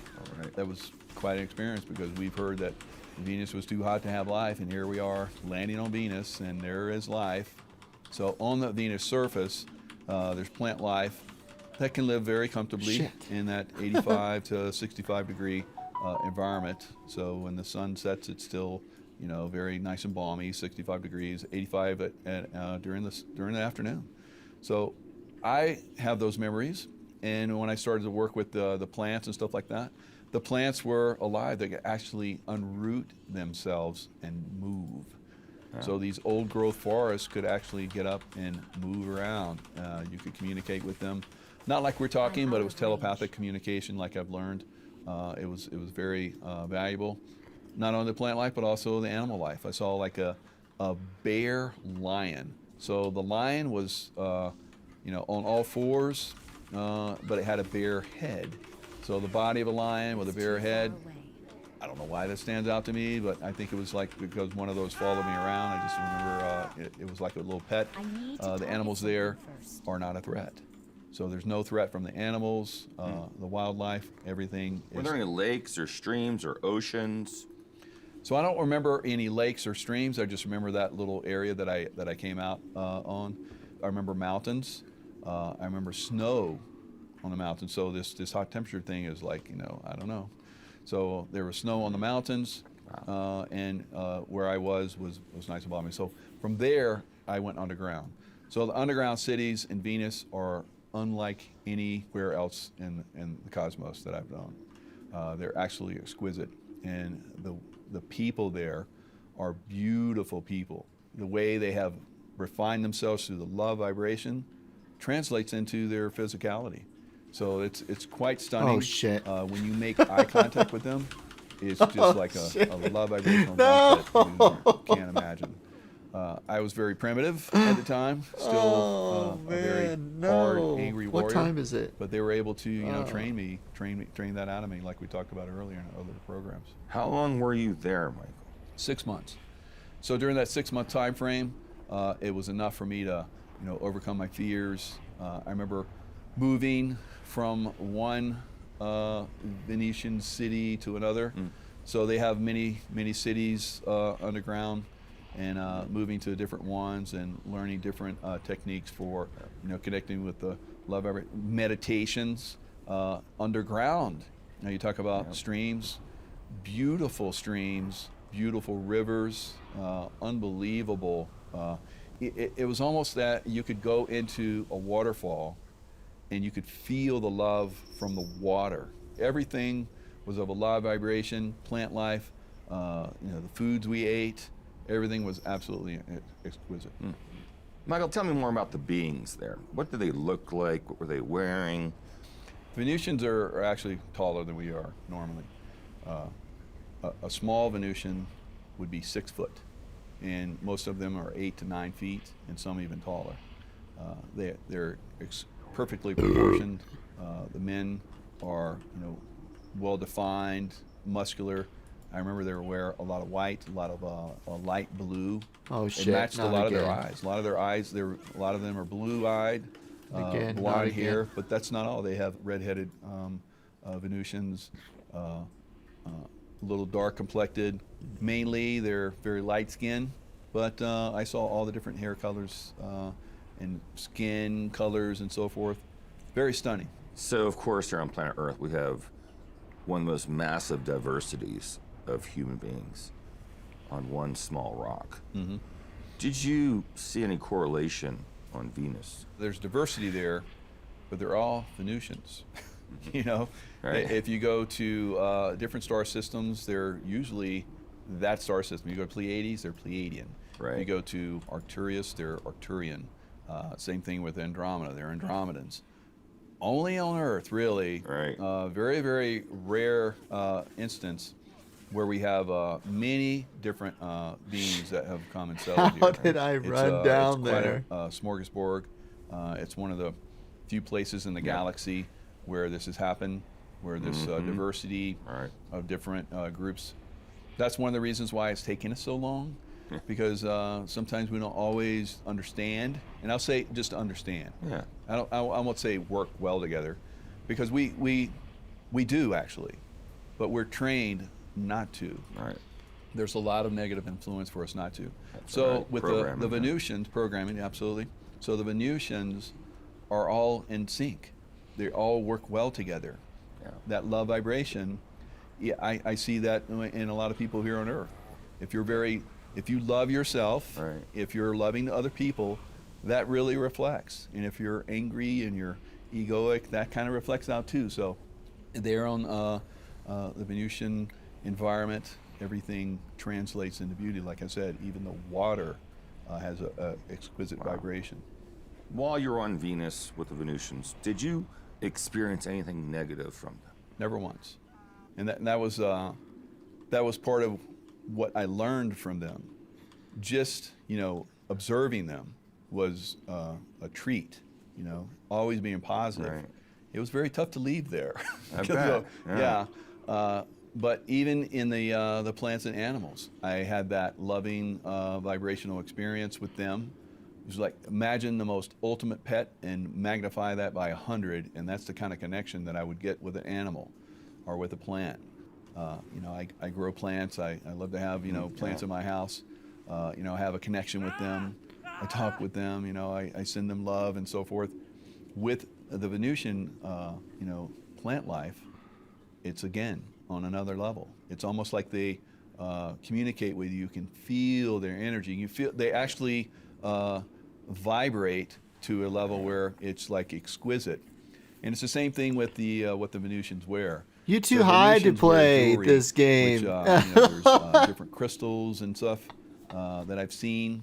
A very beautiful turquoise blue type of crystal that's almost seems like it's alive. I don't know about that. Like communicates It's helping with me you. It's like concentrate. everything. Normally It's I like can't do this kind of communicating shit. love there. It's just an exquisite environment. Imagine that anywhere else. And that's what the Venusians are trying to teach. That's what they're trying to share. So they're coming into very violent, very polarized groups like ours. So we're a massive, conglomeration of What are you ETs, listening in to? one Some spot. good So information trying to, that you have to pay a calm monthly those energies subscription that to we listen have to. here, get us to work together. So if we work together here, that's why everyone's looking at Earth. If we get together and work together here, all these different ET star seeds that are here, it's going to work everywhere. So that's why there's so much focus on Earth. Why would they get involved here? What do they have to win? What's in it for them? What's in it for them is the ability to work with other ET races, because like we're seeing, there's only Venusians and Venus. Of course, they invite some of us in to train us, but in all these different places, Arcturus, Sirius B, so forth, there's only those races. Michael, you said there was this amazing amount of love vibration and energy. Did you gather any other intel from the plants and the animals? Imagine that you could talk to your dog. How great that would be. Now we have people we hear that are whisperers, like the horse whisperer, or the dog whisperer, or the cat whisperer, so forth. They actually can communicate with animals. That's what I got when I was in Venus. Now I've not had that anywhere else on that level. So the actual intellectual communication with these animals, with these plants, was on a level, even with rock, even with crystals, even with the water, like the waterfall starts to communicate with you. Can you imagine being in the shower and the water is communicating with you? That'd be at a different level, right? That'd be maybe a little odd for some people, but I'd be like, okay, yeah, that's cool. I'd do that. That's what I experienced in the Space Force when I was in Venus. The communication on every level with everything that was there. So I can't imagine, why we can't have that everywhere. And the reason why is because we're limited. We're controlled. Our information is controlled, just like the temperature of Venus. We think the Venusian, atmosphere is inhospitable. Right. Maybe the Venusians don't want us to know that it's hospitable. They don't want us to know that until we reach a level of consciousness where we can. Right. You know what I mean? So there's different reasons, I think, for that. But I think that once that disclosure, once that information really gets out to people, they're going to be a little disappointed, maybe. Sure. But that disappointment should lead to, taking the consciousness to a level where, we can start to travel. We can do time travel. Instead of going back in time and fighting back in time, we go back and visit time. Of course, that's with, not to get involved and, change the timeline like has been happening, but we get to go back and be a time tourist. That's going to come. Yeah. We get to go to Venus. You want to go to Venus? You get in a portal, boom, you're in Venus, You want to go to Mars, which It's not the greatest planet right now, but Did you the go to lizard Mars, people you know, you wanna pay go to Mars, you wanna go to the say moon, that? wanna go any No. other planet. That's going to happen soon. Hello, And the soon, I what? know everybody's like, Kazark, soon, what do you come on, want? what's soon? Soon is when soon is. You know, it's going to happen when consciousness reaches a point What the where fuck? we evolve. Right. Why hasn't Oh. it happened? Like we're talking about, there's many different ET races here, and because of those different races, it takes a little bit more time. You know, there's not the. What are you listening communication, to? not the, cooperation that we'd see on other solar systems, but that's by design. We're supposed to learn how to work through that. We're Right. working through that. I think the time is very close, as far as like within the next few years, we'll see this happen on an unbelievably advanced level and happen to a point where people are very satisfied and very they were like, how did we not do this before? Yeah. But you know, it takes time sometimes. Michael, from your Space Force experiences, is there something you'd like to share with the viewers from your awakening? Absolutely. The greatest thing that anyone can take from all of this conversation is that love vibrational field that we've been talking about. So that love vibrational field is connection not only to other ET races, plant life, animal life, but also brings us up in consciousness where the wars start to stop. So we want that to happen. It only happens with the vibrations of love and the energy that they bring in. Can not only I'm listening to connect us Gaia. with the oneness of the universe, but also with each other and with the high-tech stuff that's coming in our near future. I really appreciate you being on the show, Michael. It's been a pleasure being here. Thank you very much, Emery. I'm Emery Smith, and this is Cosmic Disclosure. Until next time.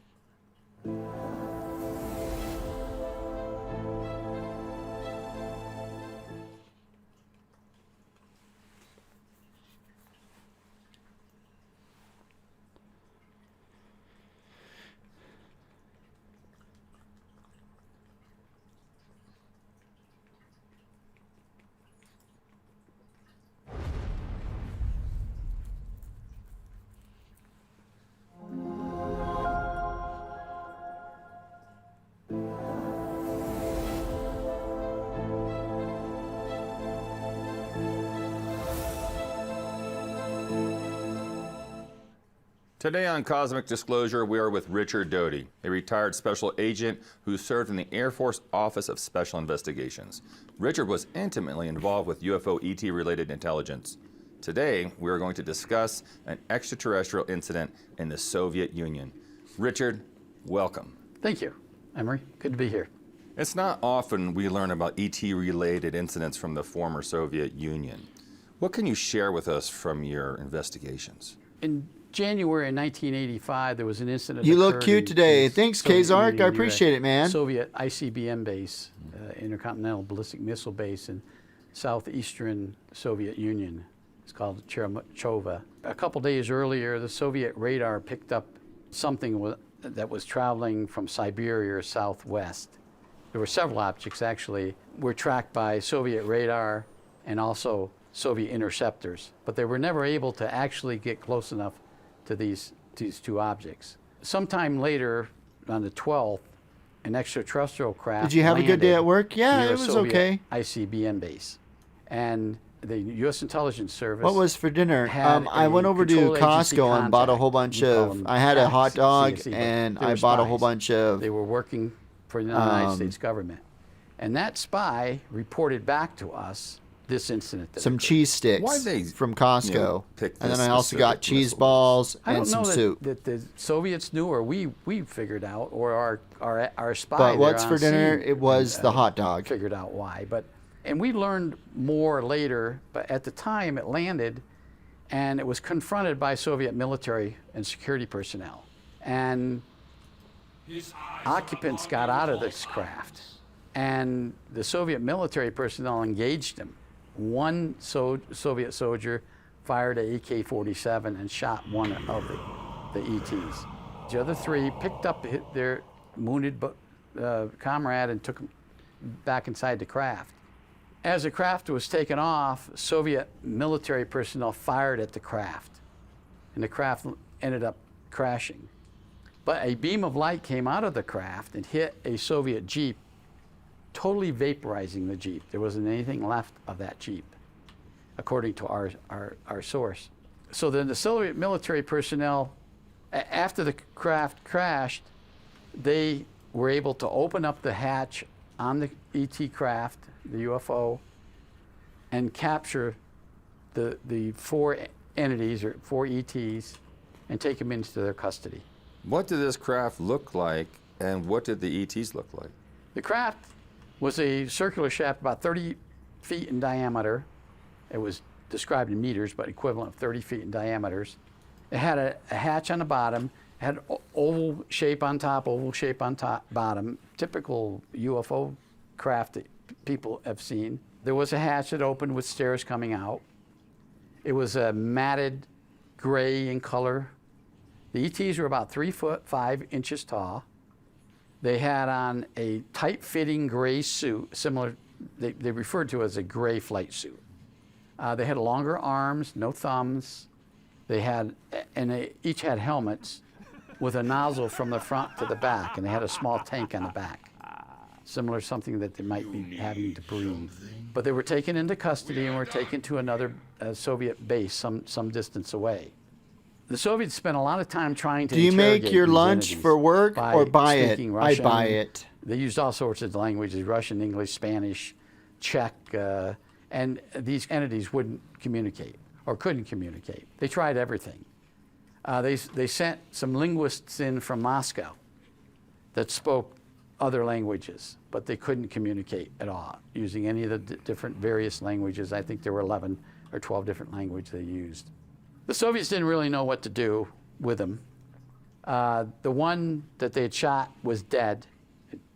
It was dead. Soviet physicians tried to revive it, tried to You must care be for it, but rich. I'm not they rich. didn't know the anatomy. It was really hopeless. These entities were transported to another facility, a detention center, and housed there. I owe 4 so much days money. later, these entities disappeared. The Soviet military personnel that were guarding these entities saw them in their cells in a detention area, and then when they turned their backs, suddenly the entities disappeared. They, of course, searched for them, couldn't find them. The entity's craft was at another location some distance away, about 20 kilometers away. So the Soviet personnel went to that crash, the hangar housing this craft, and that disappeared too. Could you elaborate a little bit more, why they landed right there at that particular point? First of all, let me explain. The Soviet ICBM missiles are not controlled like our ICBM missiles are in the United States. The Soviet military personnel didn't have complete control over every one of their missiles. There had to have been launch control personnel at launch control facilities close to the missiles in order to launch them. And some of these missiles didn't have any launch control personnel there. When the Soviets went back, Mojo they is found hella the rich. hatches, Whatever. the probably 20-ton hatches removed. So the Soviet ICBM was exposed. And they found that some of the missiles, I think there were 3 of them, that had been manipulated, or there's been some kind of either an examination or some kind of No, tampering it's not. with a warhead It's on warm. top of the missiles. The Soviets didn't realize this till some weeks later. They took it apart to figure out why it wasn't working, and every single operating component that would have caused a nuclear detonation was all disabled. And all 3 of them. I don't know. And how I just like it room temperature. someone or something or some entity could do that without actually going down and taking the missile apart, the warhead apart to do that is beyond explanation. Well, it looks like to me they're trying to give us another message there. Well, we know from past experiences that they did the same thing with our missile sites in Montana, in South Dakota, and North Dakota. So what was the medical examination on these beings? What was the morphology that they found out? The one that was died, that was shot, was examined very closely. X-rays were taken, samples were taken. Hello? And one of the things they found out was the What's suit, up? or maybe the skin, the outer texture of Doing the good. ET, Hang on, let me the entity, turn this music off. was in different layers. So they had to cut through the Soviet pathology. There we go. What's up, man? Not much. How are you? Doing good.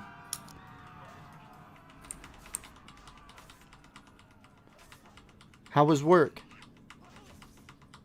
Did you start another character, Joe? I did. I moved over to B-Skids' server. B-Skids is in here watching too. And Kazark. Thirsting for Beeskid already? Yeah. I don't know why the hell I wasn't fighting.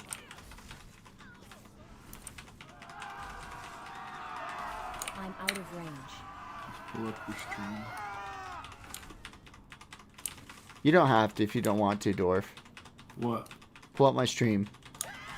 Oh, well, can I do what I want to do? Yes, you can. Okay, then why are you telling me not to? Freedom! I'm not telling you not to. Just because I tell you something doesn't mean I You give tell you me. I said I was going to load up your stream. good talk. Okay, Joe. All right, buddy. I did good. I did good. Did you? Yes. So what are you playing? World Death Knight? World of Warcraft. No, the character. Death Knight again, yeah. Just because I didn't want to learn another one, so I was like, oh shit, I already did it 3 times. I'm gonna go ahead and do this Do one. it a 4th time. Dude, oh my god, I'm gonna die. I just ran in there because thought I was hot shit, and now I'm gonna die. Yeah. Yeah. Maybe not. Yeah, I died. Oh well. I don't want to go to bed, Dwarf. No, why not? Well, I mean, I have to. I don't really have to, but I need to if I want to get sleep. At 9 o'clock? Yep. Do you just have a hard time getting to sleep? No. Or are you still waking up at 3 in the morning? Sometimes I do. Oof, too early. It's not 3. It's more 4:30 in the morning. Too early. I know.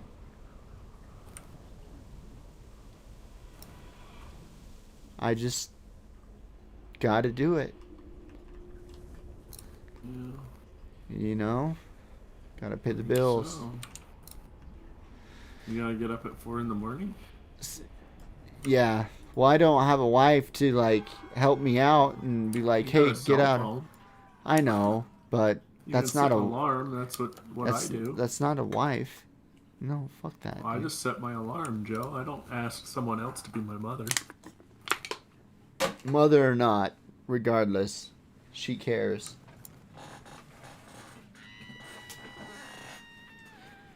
Anyways, I am stuck on a quest.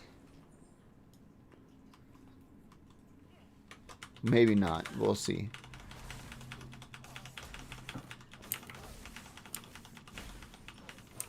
I don't have a target. Sorry, I was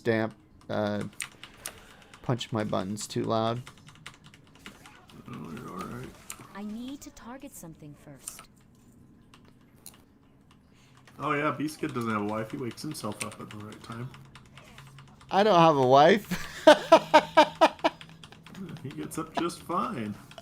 I need to get closer.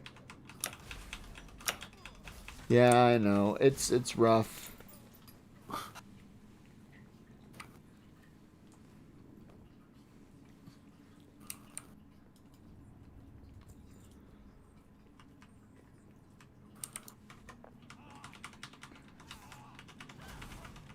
I need to grab that book.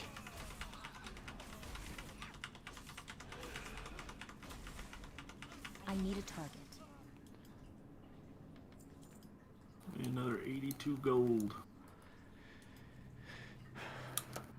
You should just start creating a character on the other server. I'm going to. Like that. I mean, yeah, you can play there, but it's like, come on, man. I'm gonna come over I here. almost maxed him out. That's all I was doing. I just need 3 more levels. Oh my god. Oh, dude, that's awesome. Good job, Dwarf. Yeah, it's called playing one character. Oh. Oh. I have a little level 3 hunter on this server. Oh, nice. Alright. Is it Oh, and I have a level 40 druid. Nice.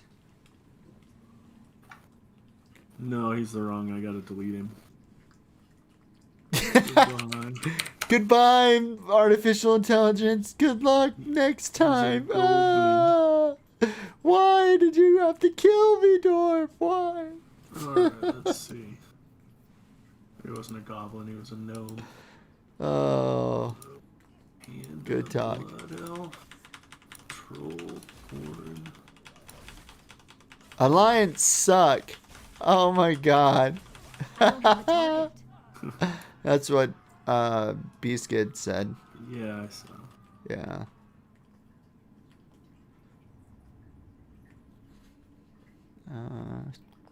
Skin color. I'm out of range. Dude, it took me a minute. I don't know what I was doing. It took me forever though. Bone. Oh my god, what the hell is she doing? Why are you running? Come here. Gosh. I need to get closer. She's still running. I need to target Calm your something else. tits. Goodness. Ah. Ah.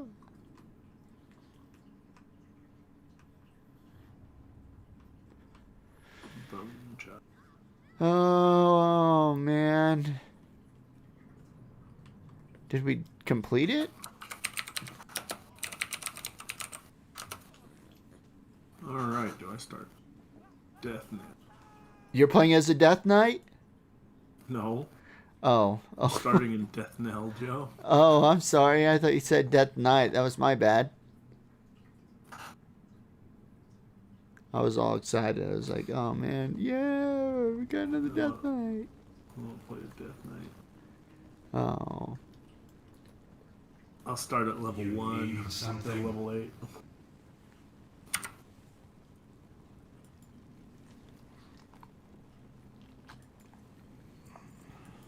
We will have our revenge. I'm going to listen to my video that I was listening to before you came in. Is that okay? I don't care what you do. Okay. Thanks, man. Pathologists had to cut through several different. What was that? So you don't have to ask my permission. Yeah, well, I was just asking. Jeez.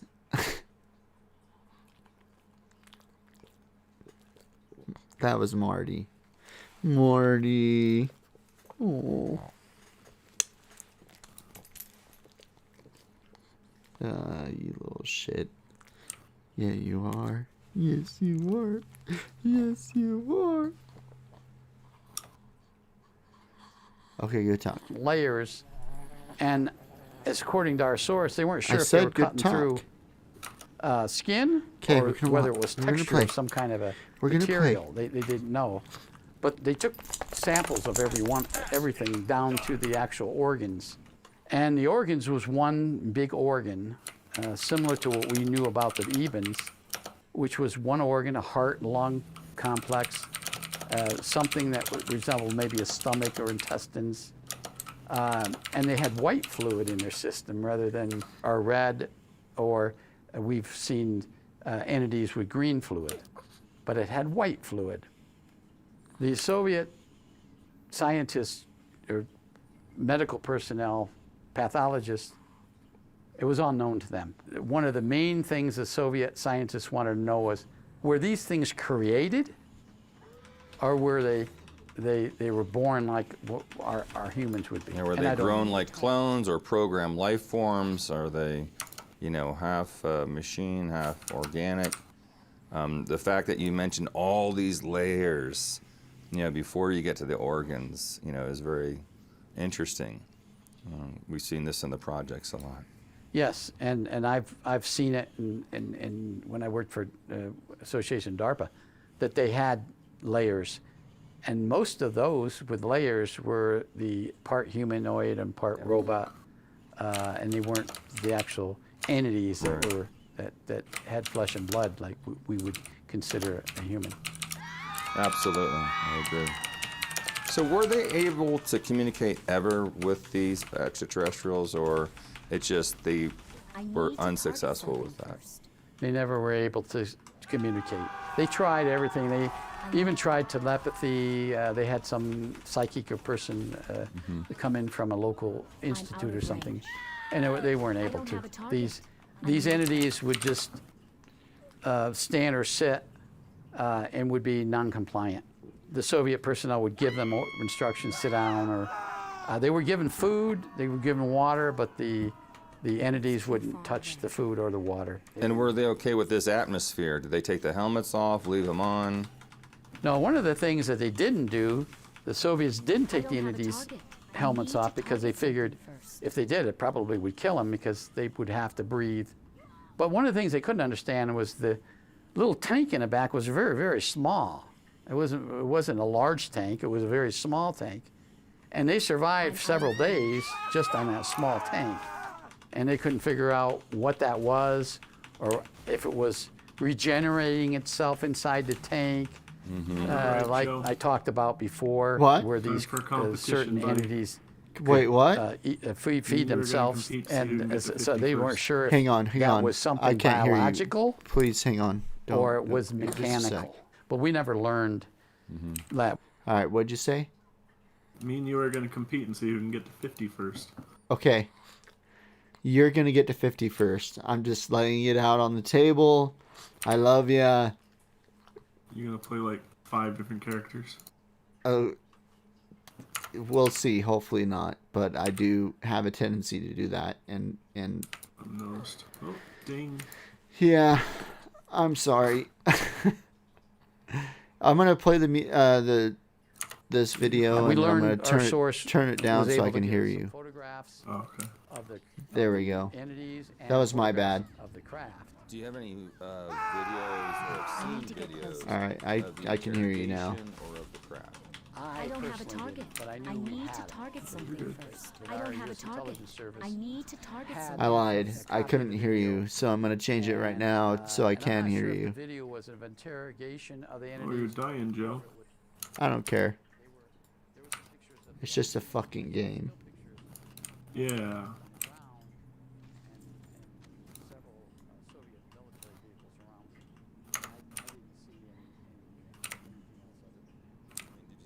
But I'm not a game. I'm real. Damn right I'm fucking real.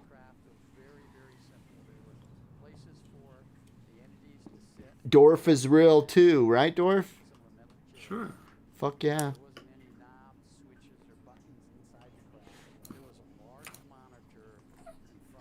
Marty, no, don't. Quiet. Oh, I still need to kill some more people. Come here, you bitch. Marty, I wasn't talking to you. I was talking to the bitch that I was playing right now. I need a target. Okay, I'm sorry. Who's a good boy? Marty, who's a good boy? Oh, who's a good boy? Who's a good boy?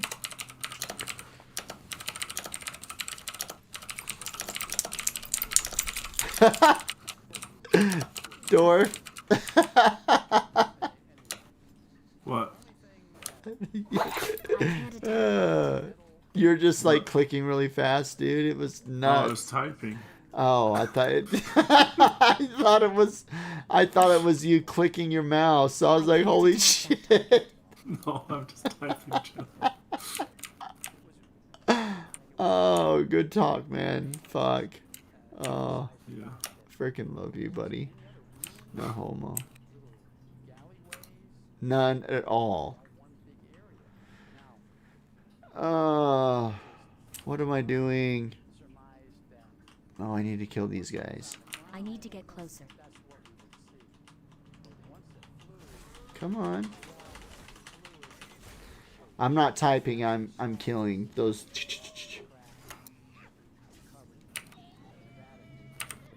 Oh, nice. We need 10 more of those, Marty.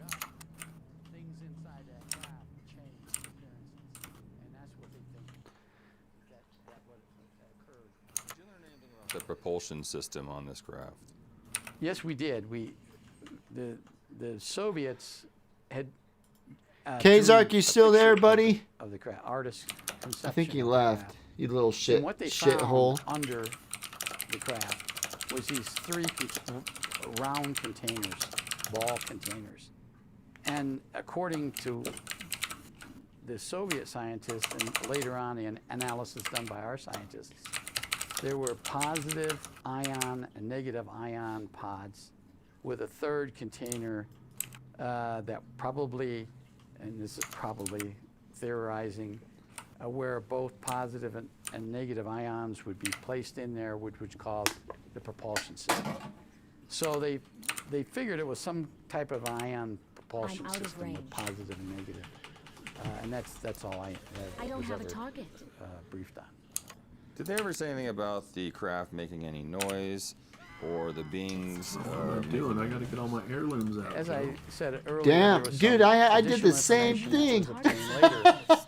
I did the same thing, On man. January 11th, the day before, a Oh, small village fuck some yeah. distance from Chervachova, there was an incident happened where this craft landed and these entities got out and had an interface. Marty, with some no. local No, villagers Marty. at You're sitting Maricopa on me. Farm. We're not going outside. And I'm sorry. There was a lot of interface, and these. I'm sorry, Marty. Soviet You're not citizens going were able outside. to form some kind of communications. No, no, no. With these entities. Marty. Probably through telepathy.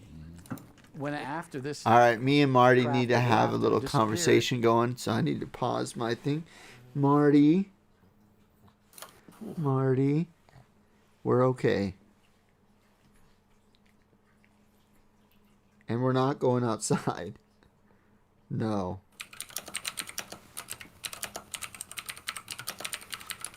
Do you need to go outside, Marty? Do you need to go outside? Marty needs to go outside.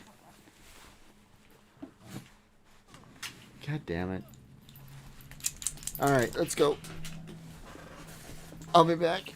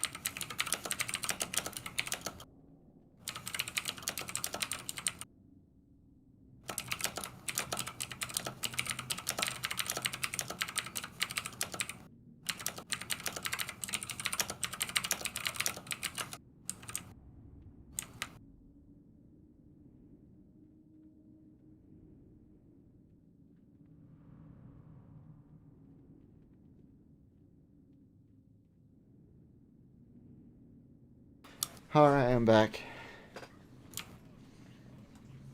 Welcome back, Joe. Thanks, man.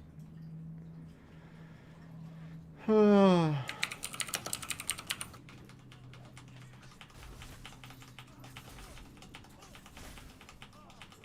don't have a target.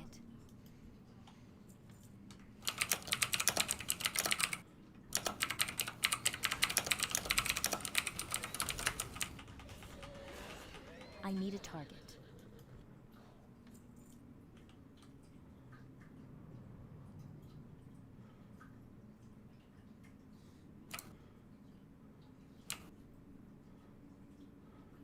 Oh my god, I just leveled in my entire action bar filled up with spells. I'm out of range. Just from one level? Yeah, one level. Because of all the It's too far away. pet stuff. Oh, okay.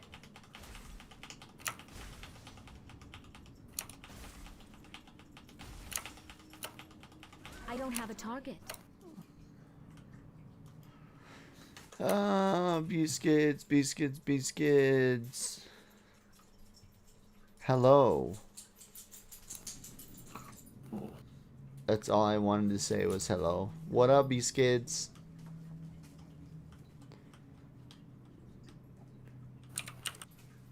And dwarf. Hello, dwarf.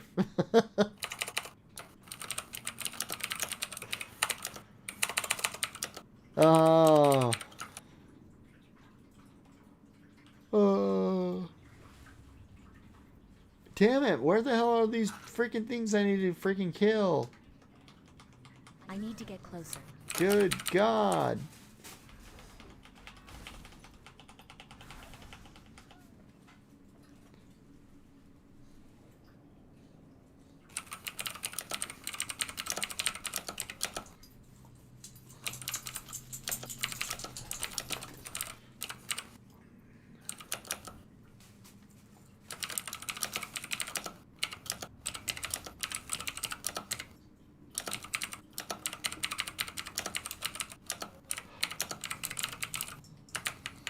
It's too far away.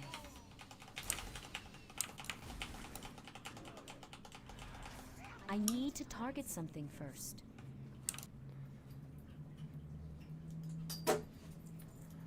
Marty, calm down. Holy shit balls. Marty, come here. Marty. Where the fuck are you? Come here. Marty. Come here.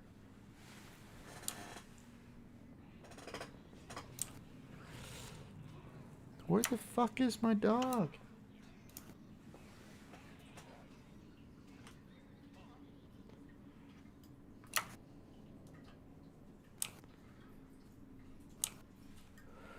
Marty.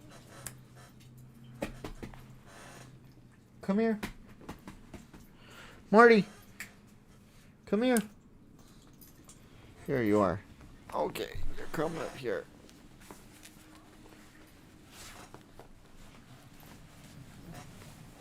Ugh.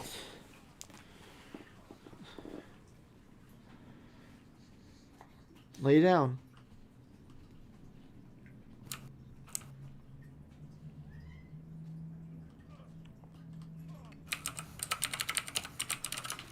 I need to get closer. I need a target. Get him, Marty. Get him. Good boy. Good boy. Good boy. He's a good boy. Oh, I love you. Good boy, bud. Yeah, I know. I know. We will do it.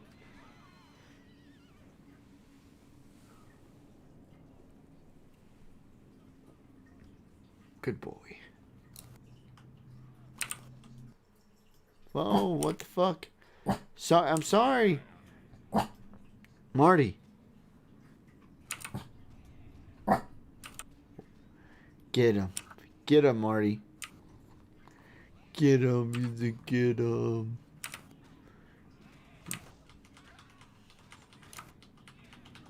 need to target something first.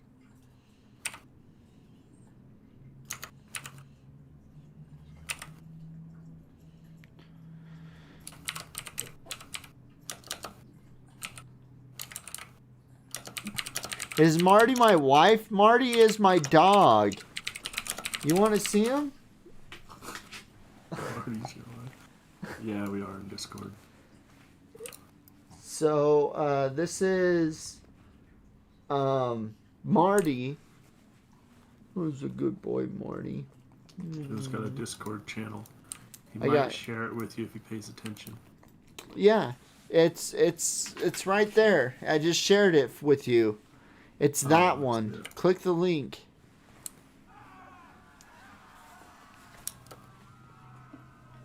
Right? It's that one. It should be that one. I don't know. How many do you have? 2 of them. So I got this one and another one, but I could have sworn I fixed that. So that's the right link for it.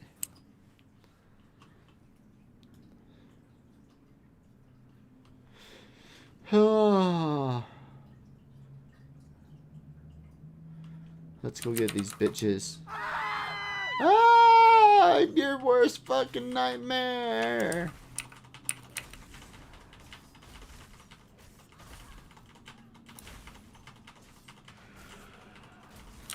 I don't have a target. What was I going to do? Oh yeah, we're gonna play this.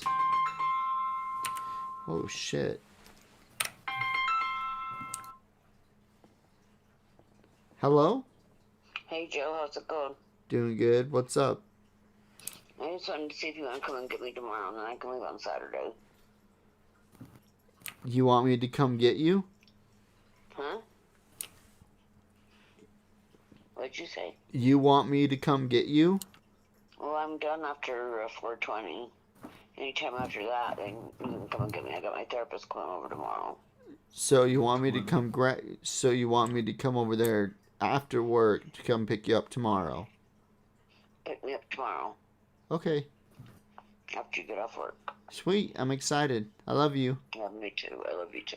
All right. So I'll see you tomorrow. Hey, What? you're okay. What? You're okay. Why are you saying that? Because you're okay. Oh, I know I am. I know, but Just have a little bit of paranoia. you're okay. So I went out to dinner with a bunch of women tonight. Oh, nice. That's They awesome. called it a women's night out, Uh-huh. ladies' night out. Uh-huh. We went to a Mexican restaurant. My paranoia got really bad, but I just ignored it. But I had a good time. Well, that's good. Yeah. Except for the paranoia stuff, that's not good, but Yeah. I just love you. Ignore it. Yeah, well, I love you. I love you too. I'll see you tomorrow. I'll see you tomorrow. Bye-bye. Bye. Uh-huh. Bye-bye.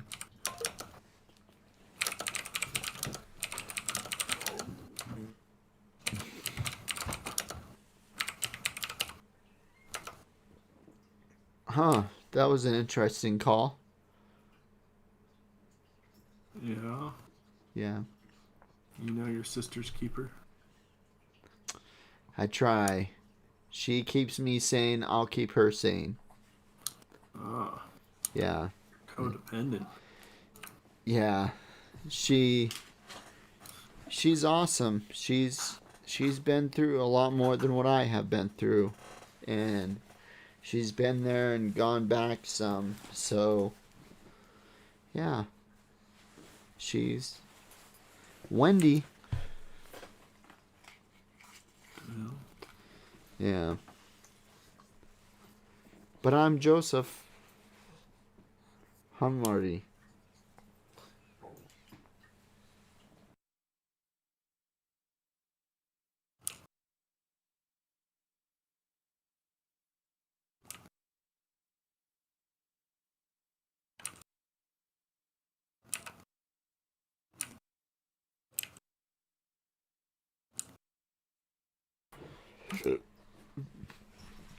Marty, calm down.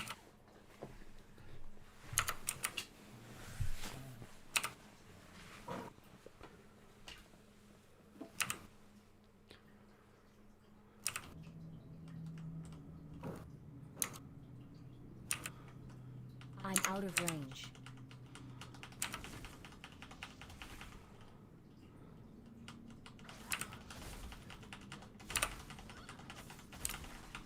I need a target. The Soviet KGB started interviewing people and found this village, and it was some distance away, 50 kilometers maybe, something like that. They found these people, and these people said, "Oh, we spoke to these people from outer space, the outer space." I think they call them outer spacemen. Did they elaborate of what was spoke? What they speak about? What was the conversation? Yes, the entities wanted to know who they were and what their jobs were. What were they doing? And these people worked on a collective farm in the Soviet Union. They were farmers, and everybody worked at one mission in the Soviet Union during that time. They were collective farmers, and they were trying to explain that to these entities, and they were talking in Russian. The entities were speaking in some language they couldn't understand, but these farmers could understand everything in their mind. It confused them at first because they were hearing voices in their mind from these entities, but they didn't relate initially that the entities were sending these. Eventually they figured it all out, and they had a long, I think an hour or so, time with these entities. And then, of course, they were asking questions too, where you came from. The entities were trying to explain where they came from, but they didn't know how to do it in our language. They were giving numbers of star groups and number of planets within the star group. Well, these collective farmers were not educated in astronomy, so they didn't understand this. They told the KGB, and later there were scientists that came in and brought these witnesses in and tried to have them draw charts, but there wasn't any information coming from them to exactly pinpoint where these entities were coming from. I believe even today it would be hard for us to understand that mapping of where someone comes from in space. Exactly, because they had their own astronomy, their own physics, their own math, and here we are, we had our own. We don't know what their system is, they don't know what our system is. It would be very difficult to try to explain a certain place in certain galaxy or certain a star system that they came from to us. Yes, it would be very difficult. Do we know today what kind of extraterrestrial beings they are? Well, our intelligence analysts getting together with scientists who had knowledge of the UFO and the extraterrestrial races came to the conclusion, and this isn't coming from the Soviets, this is coming from our people, that they were the Ebens that came from Zeta Reticuli star group. What do you personally think, Rick, about this final report? Well, I believe everything in a report is an official report. It came from a well-placed control agency contact inside the Soviet military that had provided countless accurate intelligence in the past. And what's ironic was some years later, one of the KGB officers that interviewed the witnesses, now he wasn't at the scene of the incident, but he was the one that interviewed the witnesses. What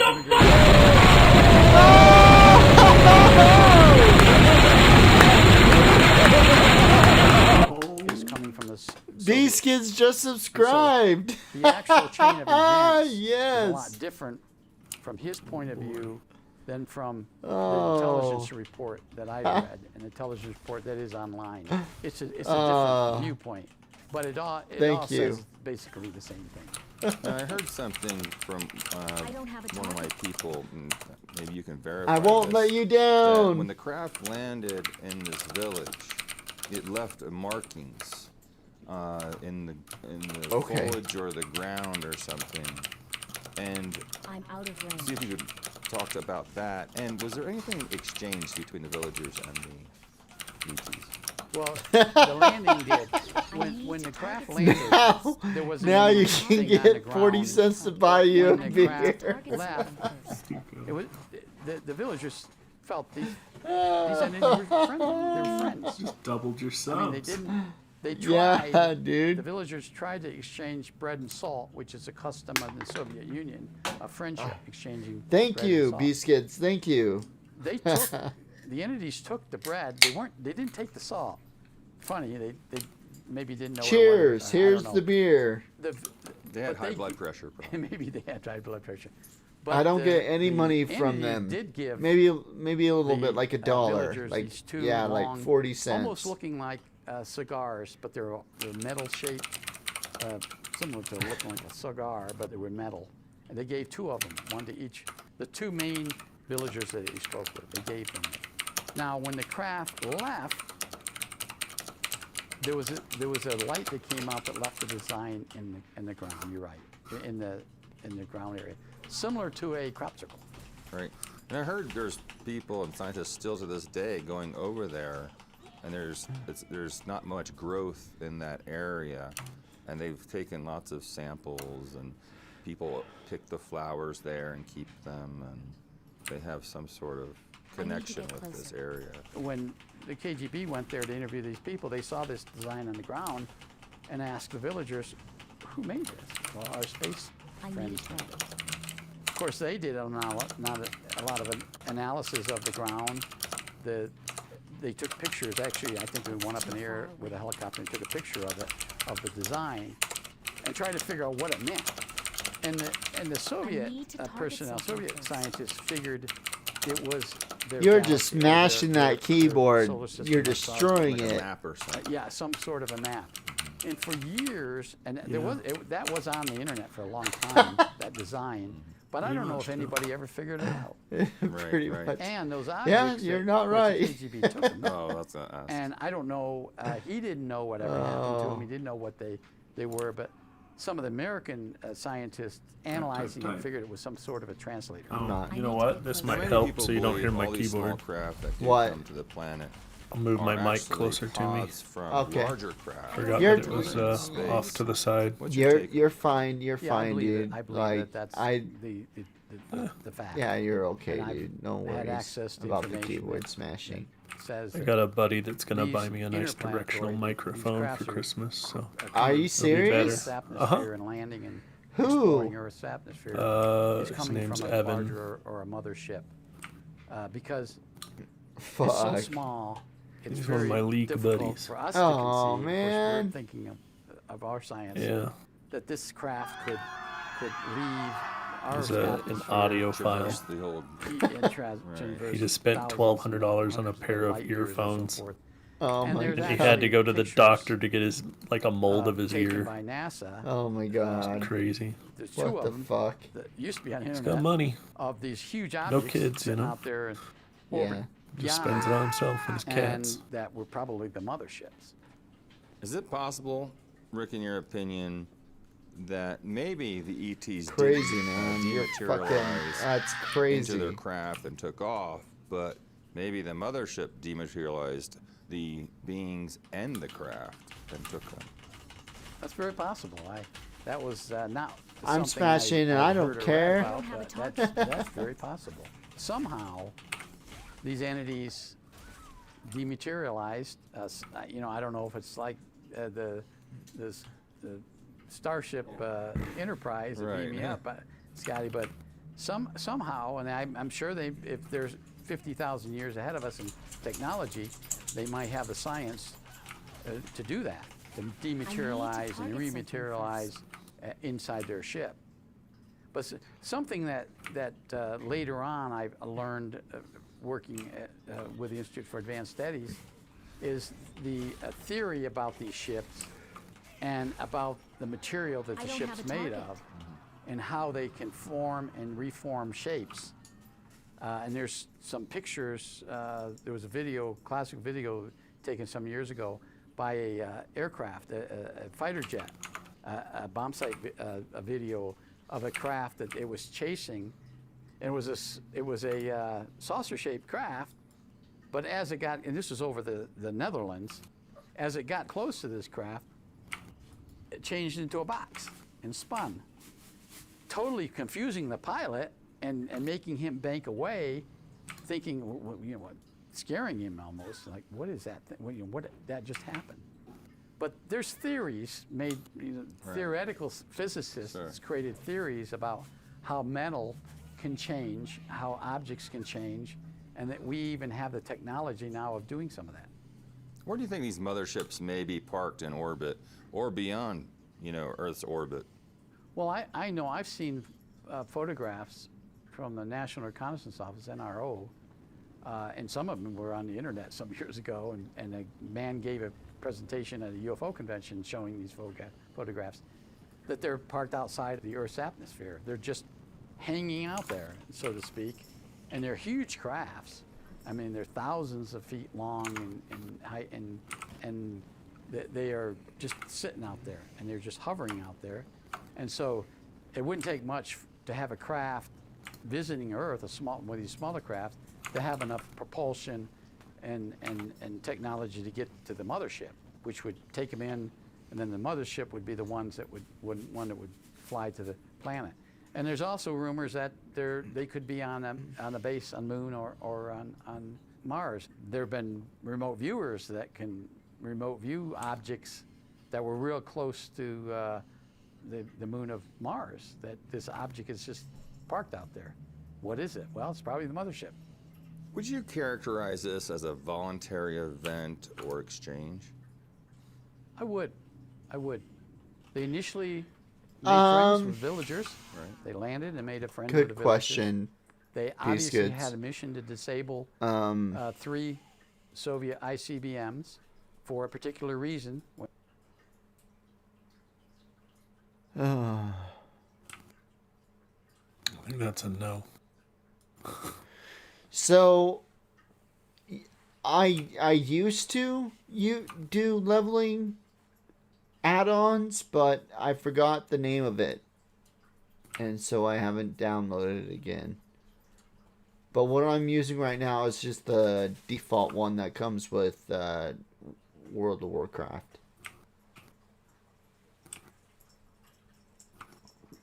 As far as the,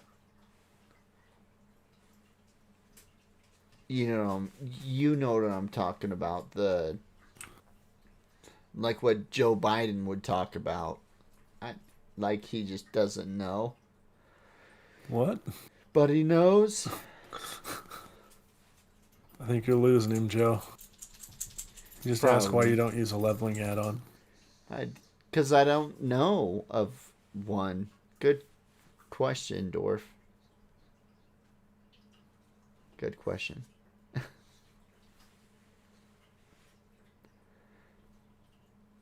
So you say, oh, I don't, Skid. I can't remember. Do you have any you would suggest I could use? Thank you, Dorf. I appreciate that. I'm going to help speak for you, okay? Yeah, thank you. Thank you. No. Thank you. I appreciate it. Thank you. Exactly what Dorf said. If you have any questions, go ahead and talk to Dorf, because he'll explain it to you so you can understand. I'm sure he understands.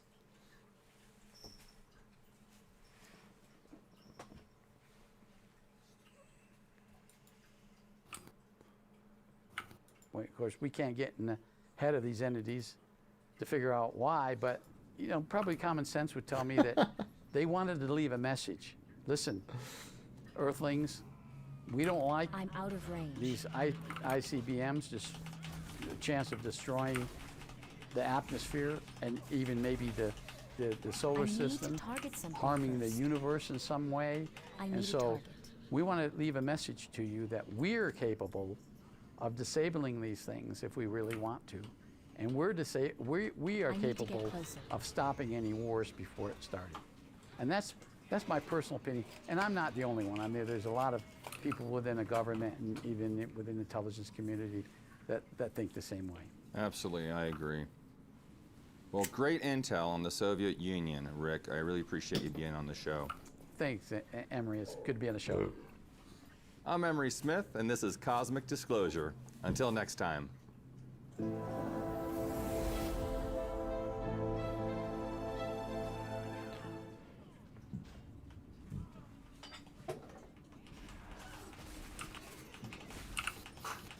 I need to target something first.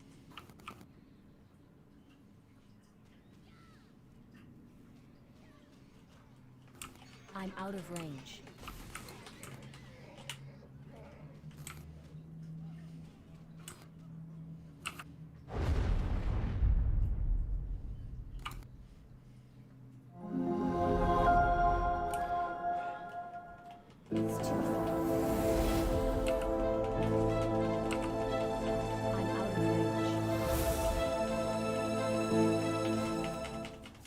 Today on Cosmic Disclosure, we're with Richard Doty, I a don't have a retired target. special agent who served in the Air Force Office of Special Investigations.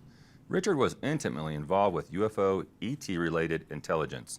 Today we are discussing an incident at the air base in Germany. Richard, welcome to the show. Thank you, Emery. Good to be here. Now, most people have heard of Ramstein Air Force Base in Germany. Could you tell us a little bit about what you were doing there? Well, I was assigned to OSI Europe at Wiesbaden, which was some distance away from Ramstein. But while I was stationed in Europe, in the counterintelligence section there, I learned of an incident that happened in 1974 at Ramstein. This incident involved a U.S. Army artillery unit, air defense artillery unit that shot down a UFO. And that happened northeast of Ramstein. The air bases around Germany were guarded by U.S. Army anti-air defense forces. The 32nd Air Defense Artillery Force was one of the units, and they had different companies around air bases protecting them from enemy attack. This anti-aircraft artillery unit used Vulcan cannons and Chaparral missiles. The Vulcan cannon were housed on half-track vehicles, and they fired 6,000 rounds a minute, and they could shoot down low-flying aircraft. The Chaparral missiles were a larger missile. They were based away from the Vulcan missile, and they were the secondary defense unit because they shot down higher-flying aircrafts. If the enemy aircraft got through the Vulcan system, the Chaparral missiles would bring them down, and these were conventional warheads on the Chaparral missile. How did they identify it in the first place, and how did they bring it down? Okay, air defense artillery systems operate their own system, but there's an ADAC, an Air Defense Operations Center, which was in Kinsbach, a few miles away. The ADAC control all the radar sites around and all the air defense artillery sites around Germany. So they're the ones that would have picked something up, this UFO or what they designated later as a bogey on radar. And they use bogey, and they use a designation of a bogey 1, 2, as a designator. So all the units had one word and one designation in common. This enemy, suspected enemy aircraft that's coming in was designated bogey 1, which was then considered a hostile craft. What's a bogey 2? A bogey 2 is another craft. I'm too lost. I can't do this. So bogey 1 would be one craft. If there's two crafts coming in, it'd be a bogey 1 and bogey 2. So how do we know if it's a UFO or if it's a passenger airliner compared to a military aircraft? All right, They use a system called Identification Friend Foe Neutral, IFFN. Good night, man. Once they identify the craft as a Good night, B Skids. Thanks for non-hostile, watching, such as man. a I love you, neutral buddy. Craft, they give it a designator Good night, of a friendly Mojo. craft, such as an airline. Thanks, man. Bogey Hell yeah, good is night. only used when it's a hostile Yeah, I'll go to aircraft. bed. Why did I the need Air to first Force make some fire food. upon this I'll UFO? make some food, and then I'll go to bed. But what did they use to fire upon? I'm going to bed. Okay, the craft came in. It was recorded Or I on should, radar because I can't figure it It was out. coming in towards the airbase. The lieutenant that was in charge of the missile battery immediately contacted the ADOC, Ding, the Air Joe. Defense Operations Catching Center, up. asking permission to fire upon it. They had to get special What are you permission level? to do Level that. 7? Yep. They were trying Nice. to Watch identify out. it. Several other Nice. military Level 30 by the units, time you log on one being tomorrow. a comm unit, the 109th Probably. Communications Most unit, which likely. is always in the same area with the air defense artillery site. They were trying to voice communicate. All right, guys. with this So craft I'm in going to different go ahead and languages. They were keep on using Russian, streaming, I think English, just because German, I want to and I'm listen not to sure this what other. article. So if You you know, want to listen in, You're flying you're more towards than a welcome base, to. But we're no restricted longer air going to go zone, ahead and play this deviate game. from your flight path. So we're going to They do a only menu wanted to fire marathon. as a last Woo! resort. They didn't want to shoot down something that could be friendly. Well, they went through all the communication systems, but the craft was still coming towards the airbase.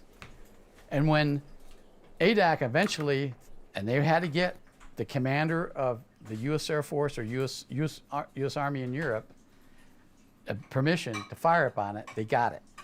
And when they told the missile battery, go ahead and fire on it, the craft disappeared, only to reappear at a different location several minutes later. Now they already had permission to fire upon it, So they did. The lieutenant in charge of the missile battery told his Vulcan unit, fire. So the Vulcan unit fired upon this craft. As it approached, the bullets from the 20 millimeter rounds from the Vulcan cannon hit, but it didn't bring it down. It kept on going south towards the airbase, at which time the lieutenant gave the orders for the Chaparral battery to fire upon the craft. So the 2 Chaparral missiles fired, but both detonated prior to hitting it. The craft kept coming. There was a second Vulcan unit, what they call the last zone of defense unit. They fired and they were very close to it. That disabled the craft. The craft started making strange maneuvers in the air. As it got closer to the ground, they fired at only one Chaparral missile which hit the craft, and the craft crashed. Was there any threatening, provocation that, inspired them to do this, or was it just because they were entering our space? Well, they were flying directly towards Ramstein Air Base. Ramstein Air Base, at that time in 1974, was the command for all Air Force bases in Europe, not just in Germany, but all of Europe. It was a very important base, had nuclear weapons on that base. And so this air defense artillery, their mission is to protect that air base. Also on that base was the 86 Fighter Squadron, which contained fighter jets. But that anti-aircraft batteries were there to protect that base, and that's why they fired upon it. Where did the UFO go down, and how long did it take them to get there? The UFO crashed in a field some miles west of Ramstein. But not on the base? Not on the base, no, it was off the base. German police responded, and they got there first. The German police had an Air Force security police translator with him who was communicating back to the base. And when German police got there, the area around the craft was on fire. So they called the German fire department to respond, extinguished the fire, and now they have this craft that's sitting on the ground, not knowing what it is. The lieutenant in charge of the anti-aircraft battery arrived at scene. He notified his superiors that this craft was ellipsoid in shape, big craft, heavy metal. He couldn't identify it, and they were all trained in that. So if it was some Russian craft or an East German or a Czech craft, they could identify it. It wasn't anything they'd ever seen before. So immediately, they considered it a hostile craft. So they set up a perimeter on the craft. Eventually, a 55-man infantry unit from Kaiserslautern, which was a short distance away, responded and set up a perimeter around it. They brought in anti-aircraft guns to shoot on this craft if it was going to leave. They also brought in an EOD unit from Capone Barracks because, number one, they thought it might be some kind of a nuclear weapon or some weapon system. The EOD unit got there, and this was early morning hours of, I think, May 24th of 1974, and they were able to actually open the bottom part of the craft, the hatch. And once the hatch was open, the EOD personnel had to dress in protective personnel equipment, and they used anti-radiation suits because they didn't know what this was. Mm-hmm. They immediately determined there wasn't any radiation. But when the 2 EOD techs went in, they found 4 dead bodies in council sitting in seats. And when other personnel, emergency response personnel, disaster preparedness personnel they call, got to the scene, they went in and took these bodies out, they immediately determined them not to be humans. They were some kind of extraterrestrial, they believe. The EOD personnel couldn't figure out what this was, probably determined it wasn't any kind of nuclear weapon or any kind of weapon. It was probably a flying craft. Obviously, they shot it down. Then now they are stuck with this craft on the ground with 4 dead extraterrestrials and what to do from there. And how large was the craft? Craft was quite large, 30 foot in diameter. It was really tall. And the strange thing about it was the craft wasn't that heavy. Even though it was big, The EOD personnel actually were able to move the craft with their truck. That they put a hoist on it and they were trying to move it. And there was some reason they had to move it out, I guess, away from the fire.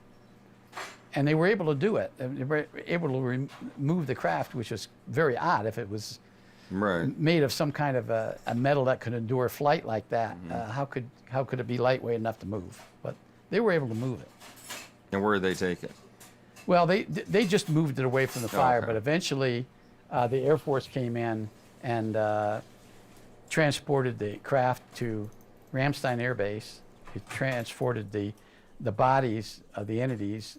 They placed them in body bags and transported them to a mortuary freezer in Ramstein. And they secured them there.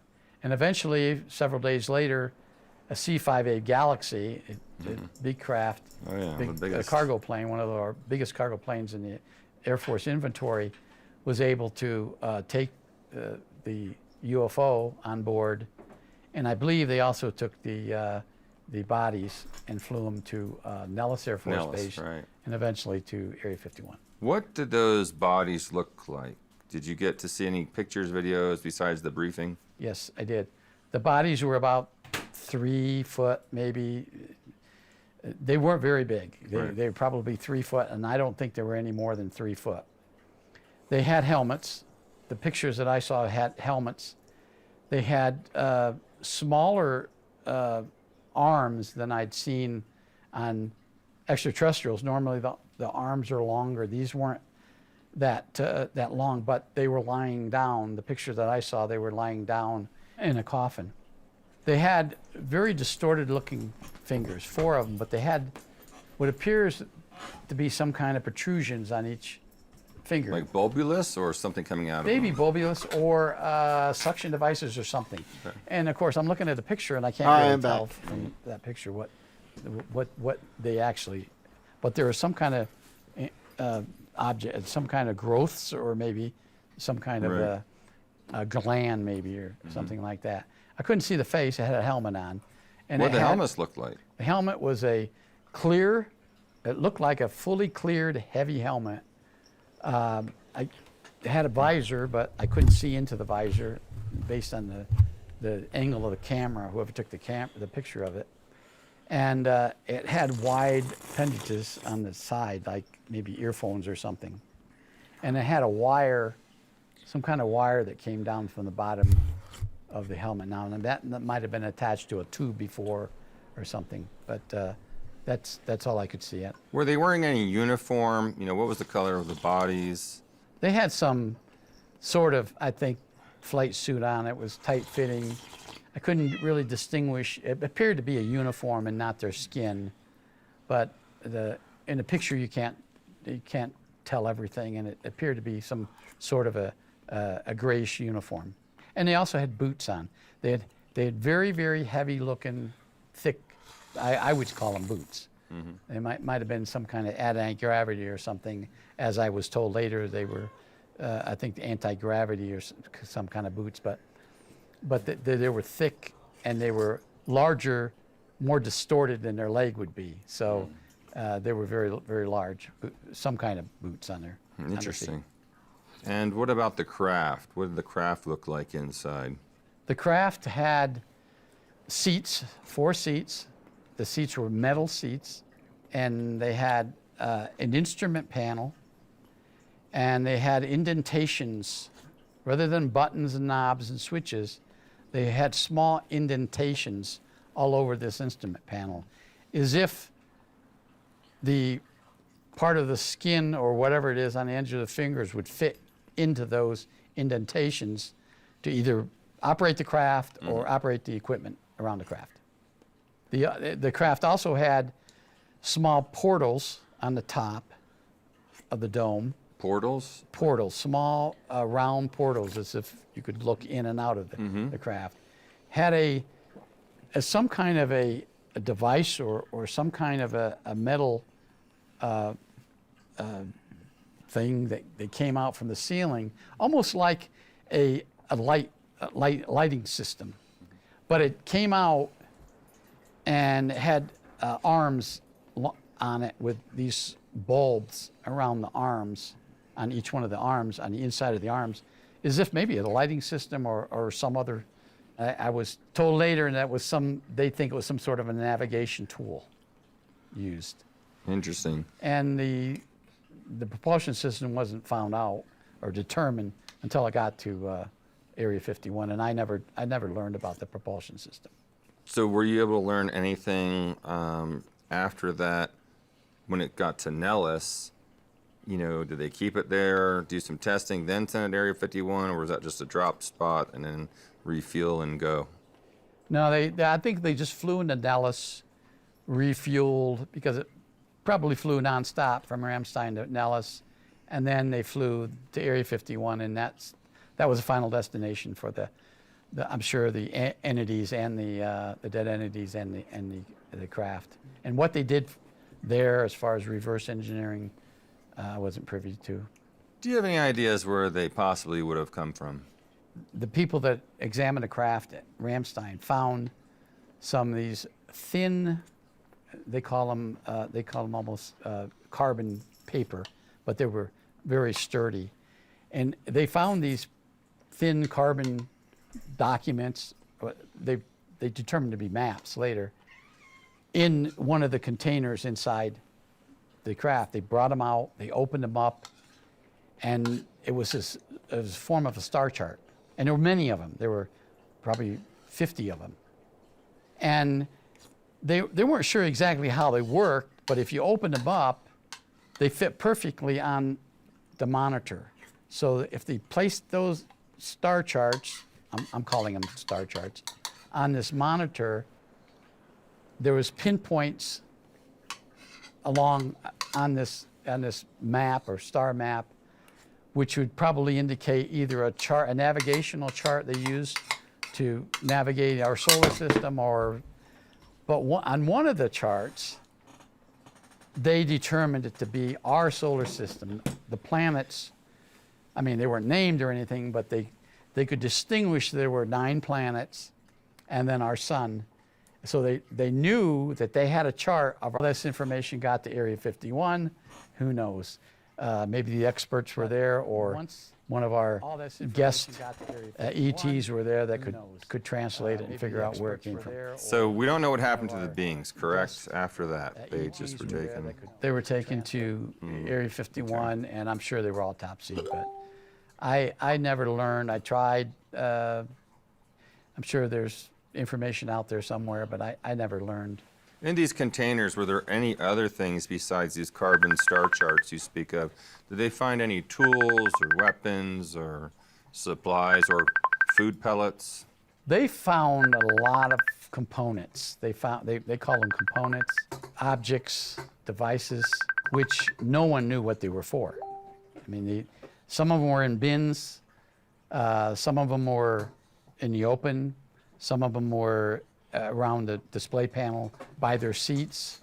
They found a compartment, and I'm not sure which part of the craft it was in, that was, they think, tools. They opened it up and there were these, they thought there were some form of tools in there, but as far as I know, at least at the scene, they couldn't determine what these devices or objects or components were for.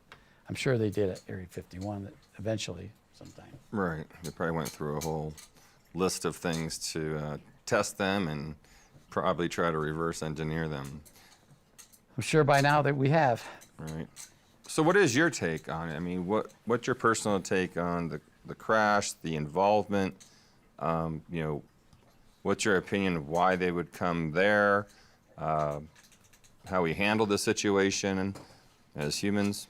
Well, I wasn't in a position to make a determination, but others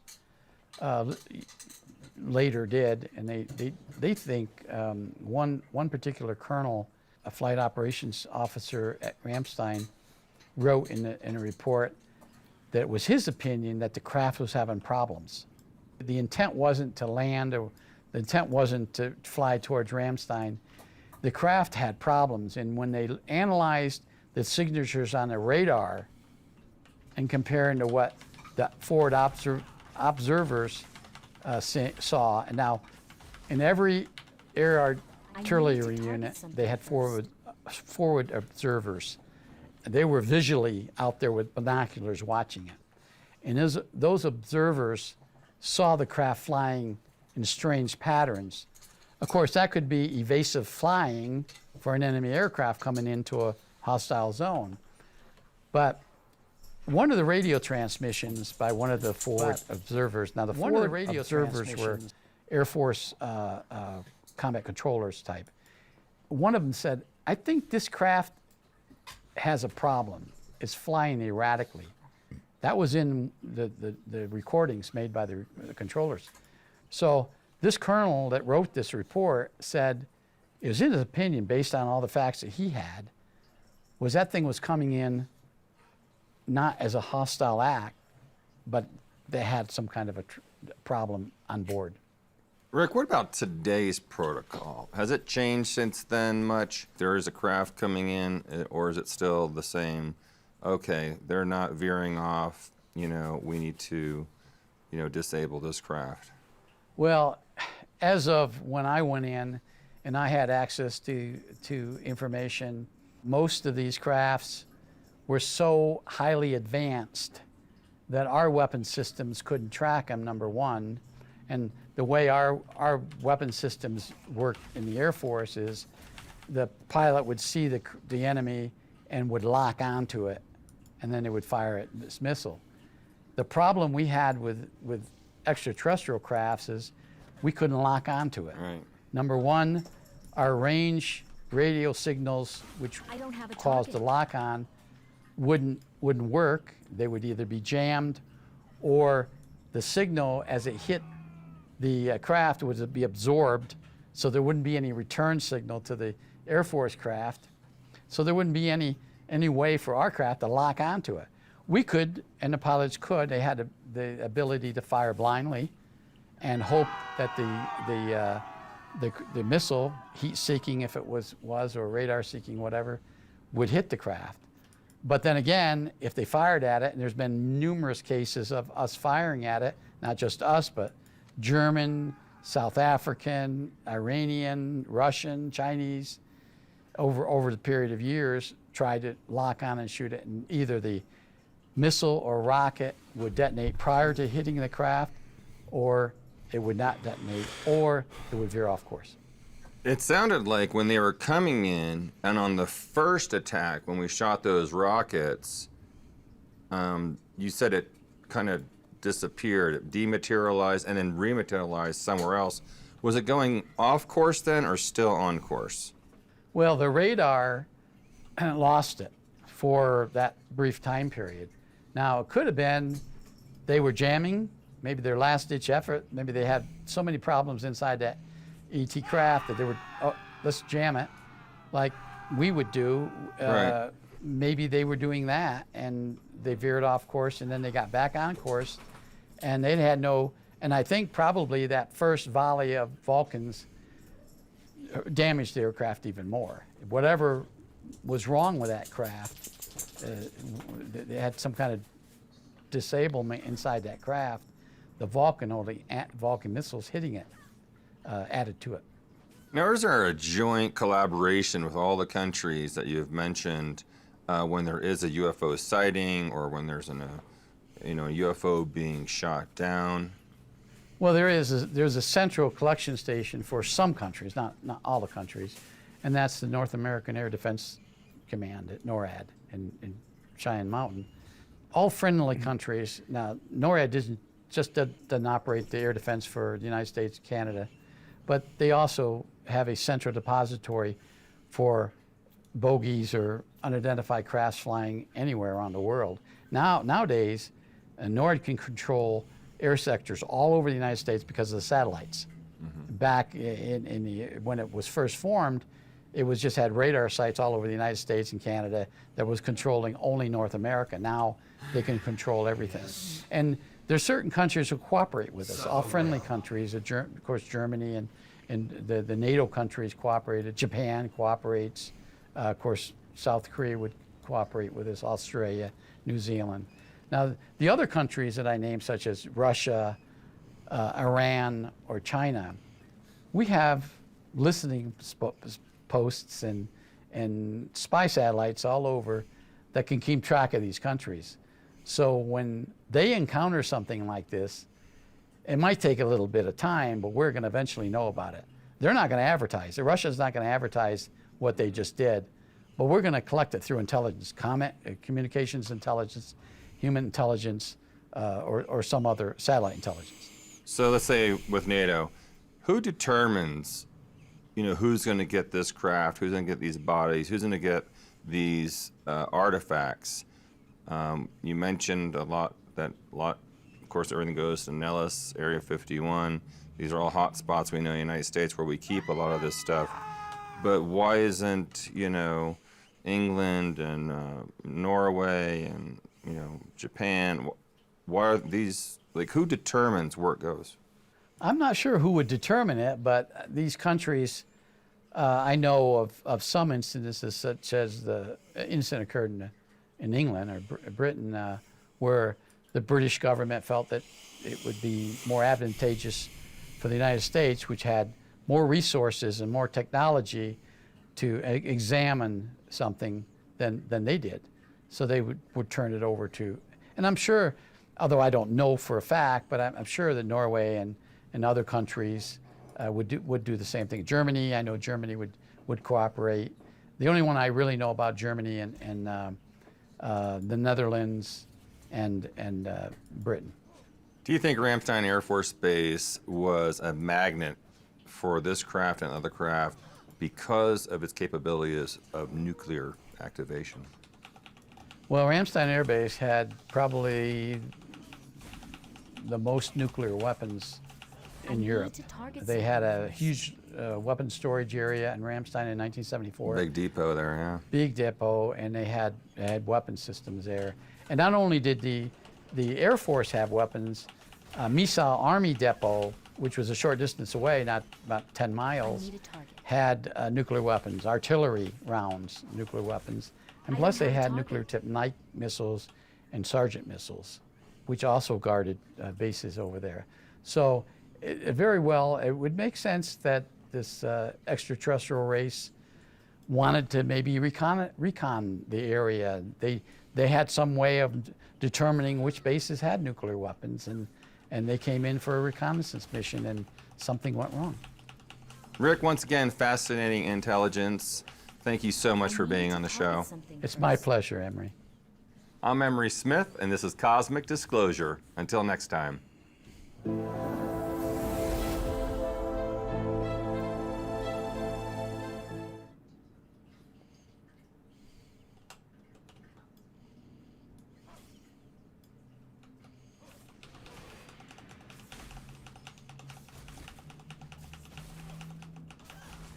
I need a target.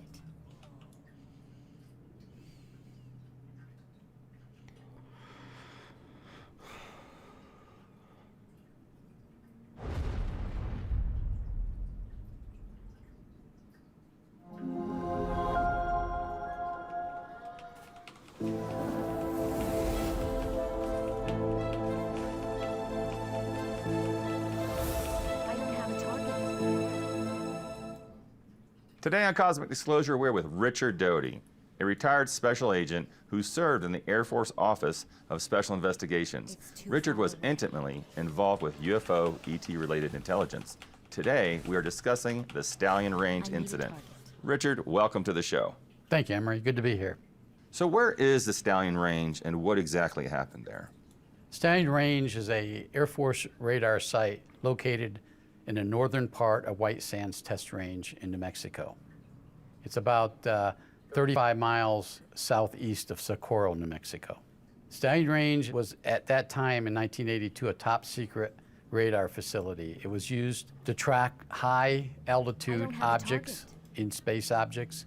It also contained a laser, a very highly classified laser that the National Security Administration used. When Soviet satellites, now this isn't still classified, Emery, but as Soviet satellites passed overhead in the 80s, there'd be a laser fired up from Stallion Range following that Soviet satellite and blinding it.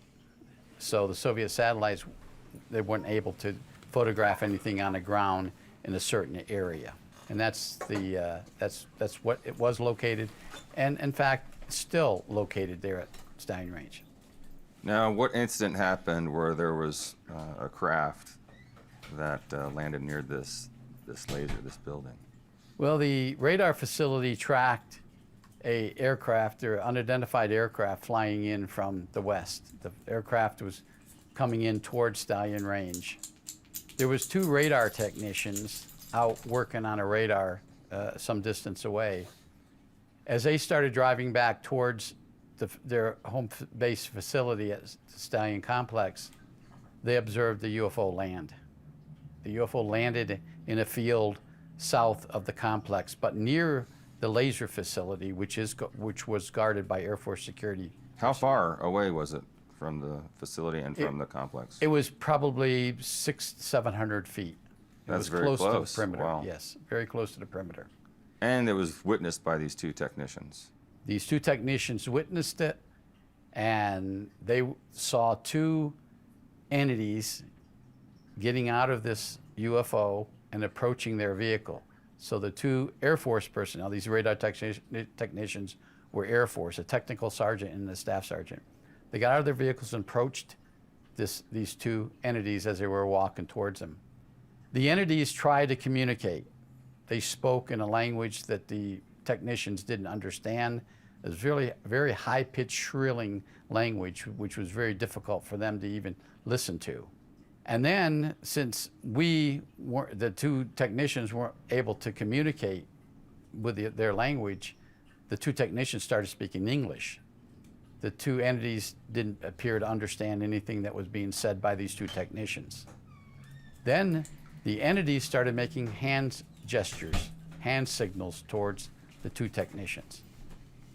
And it appeared to the 2 technicians that these 2 entities were trying to get him to come onto the craft, because at one point, one of the entities pointed to their craft and motioned as if to ask them, or maybe even order them, to come onto the craft.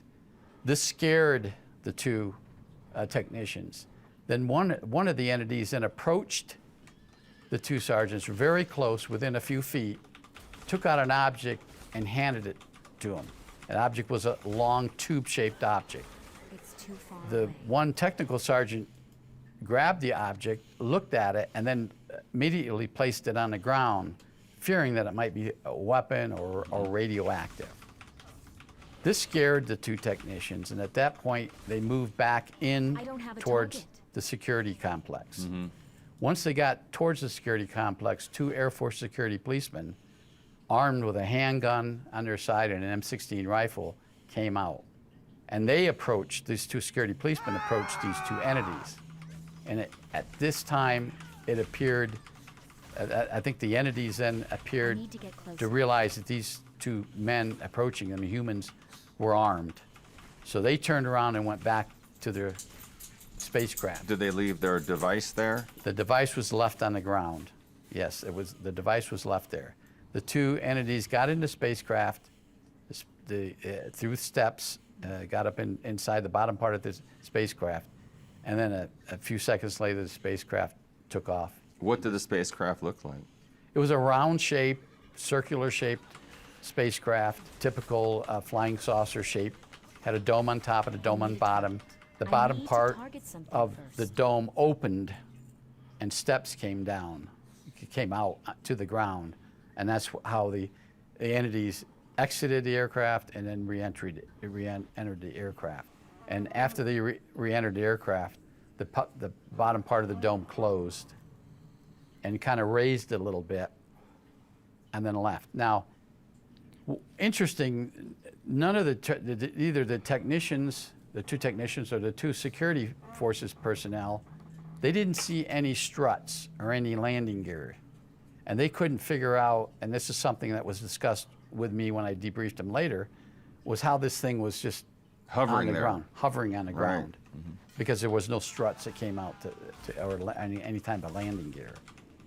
So after it left, then these 2 technicians reported it to their supervisors. They then contacted the closest base was Kirtland Air Force Base.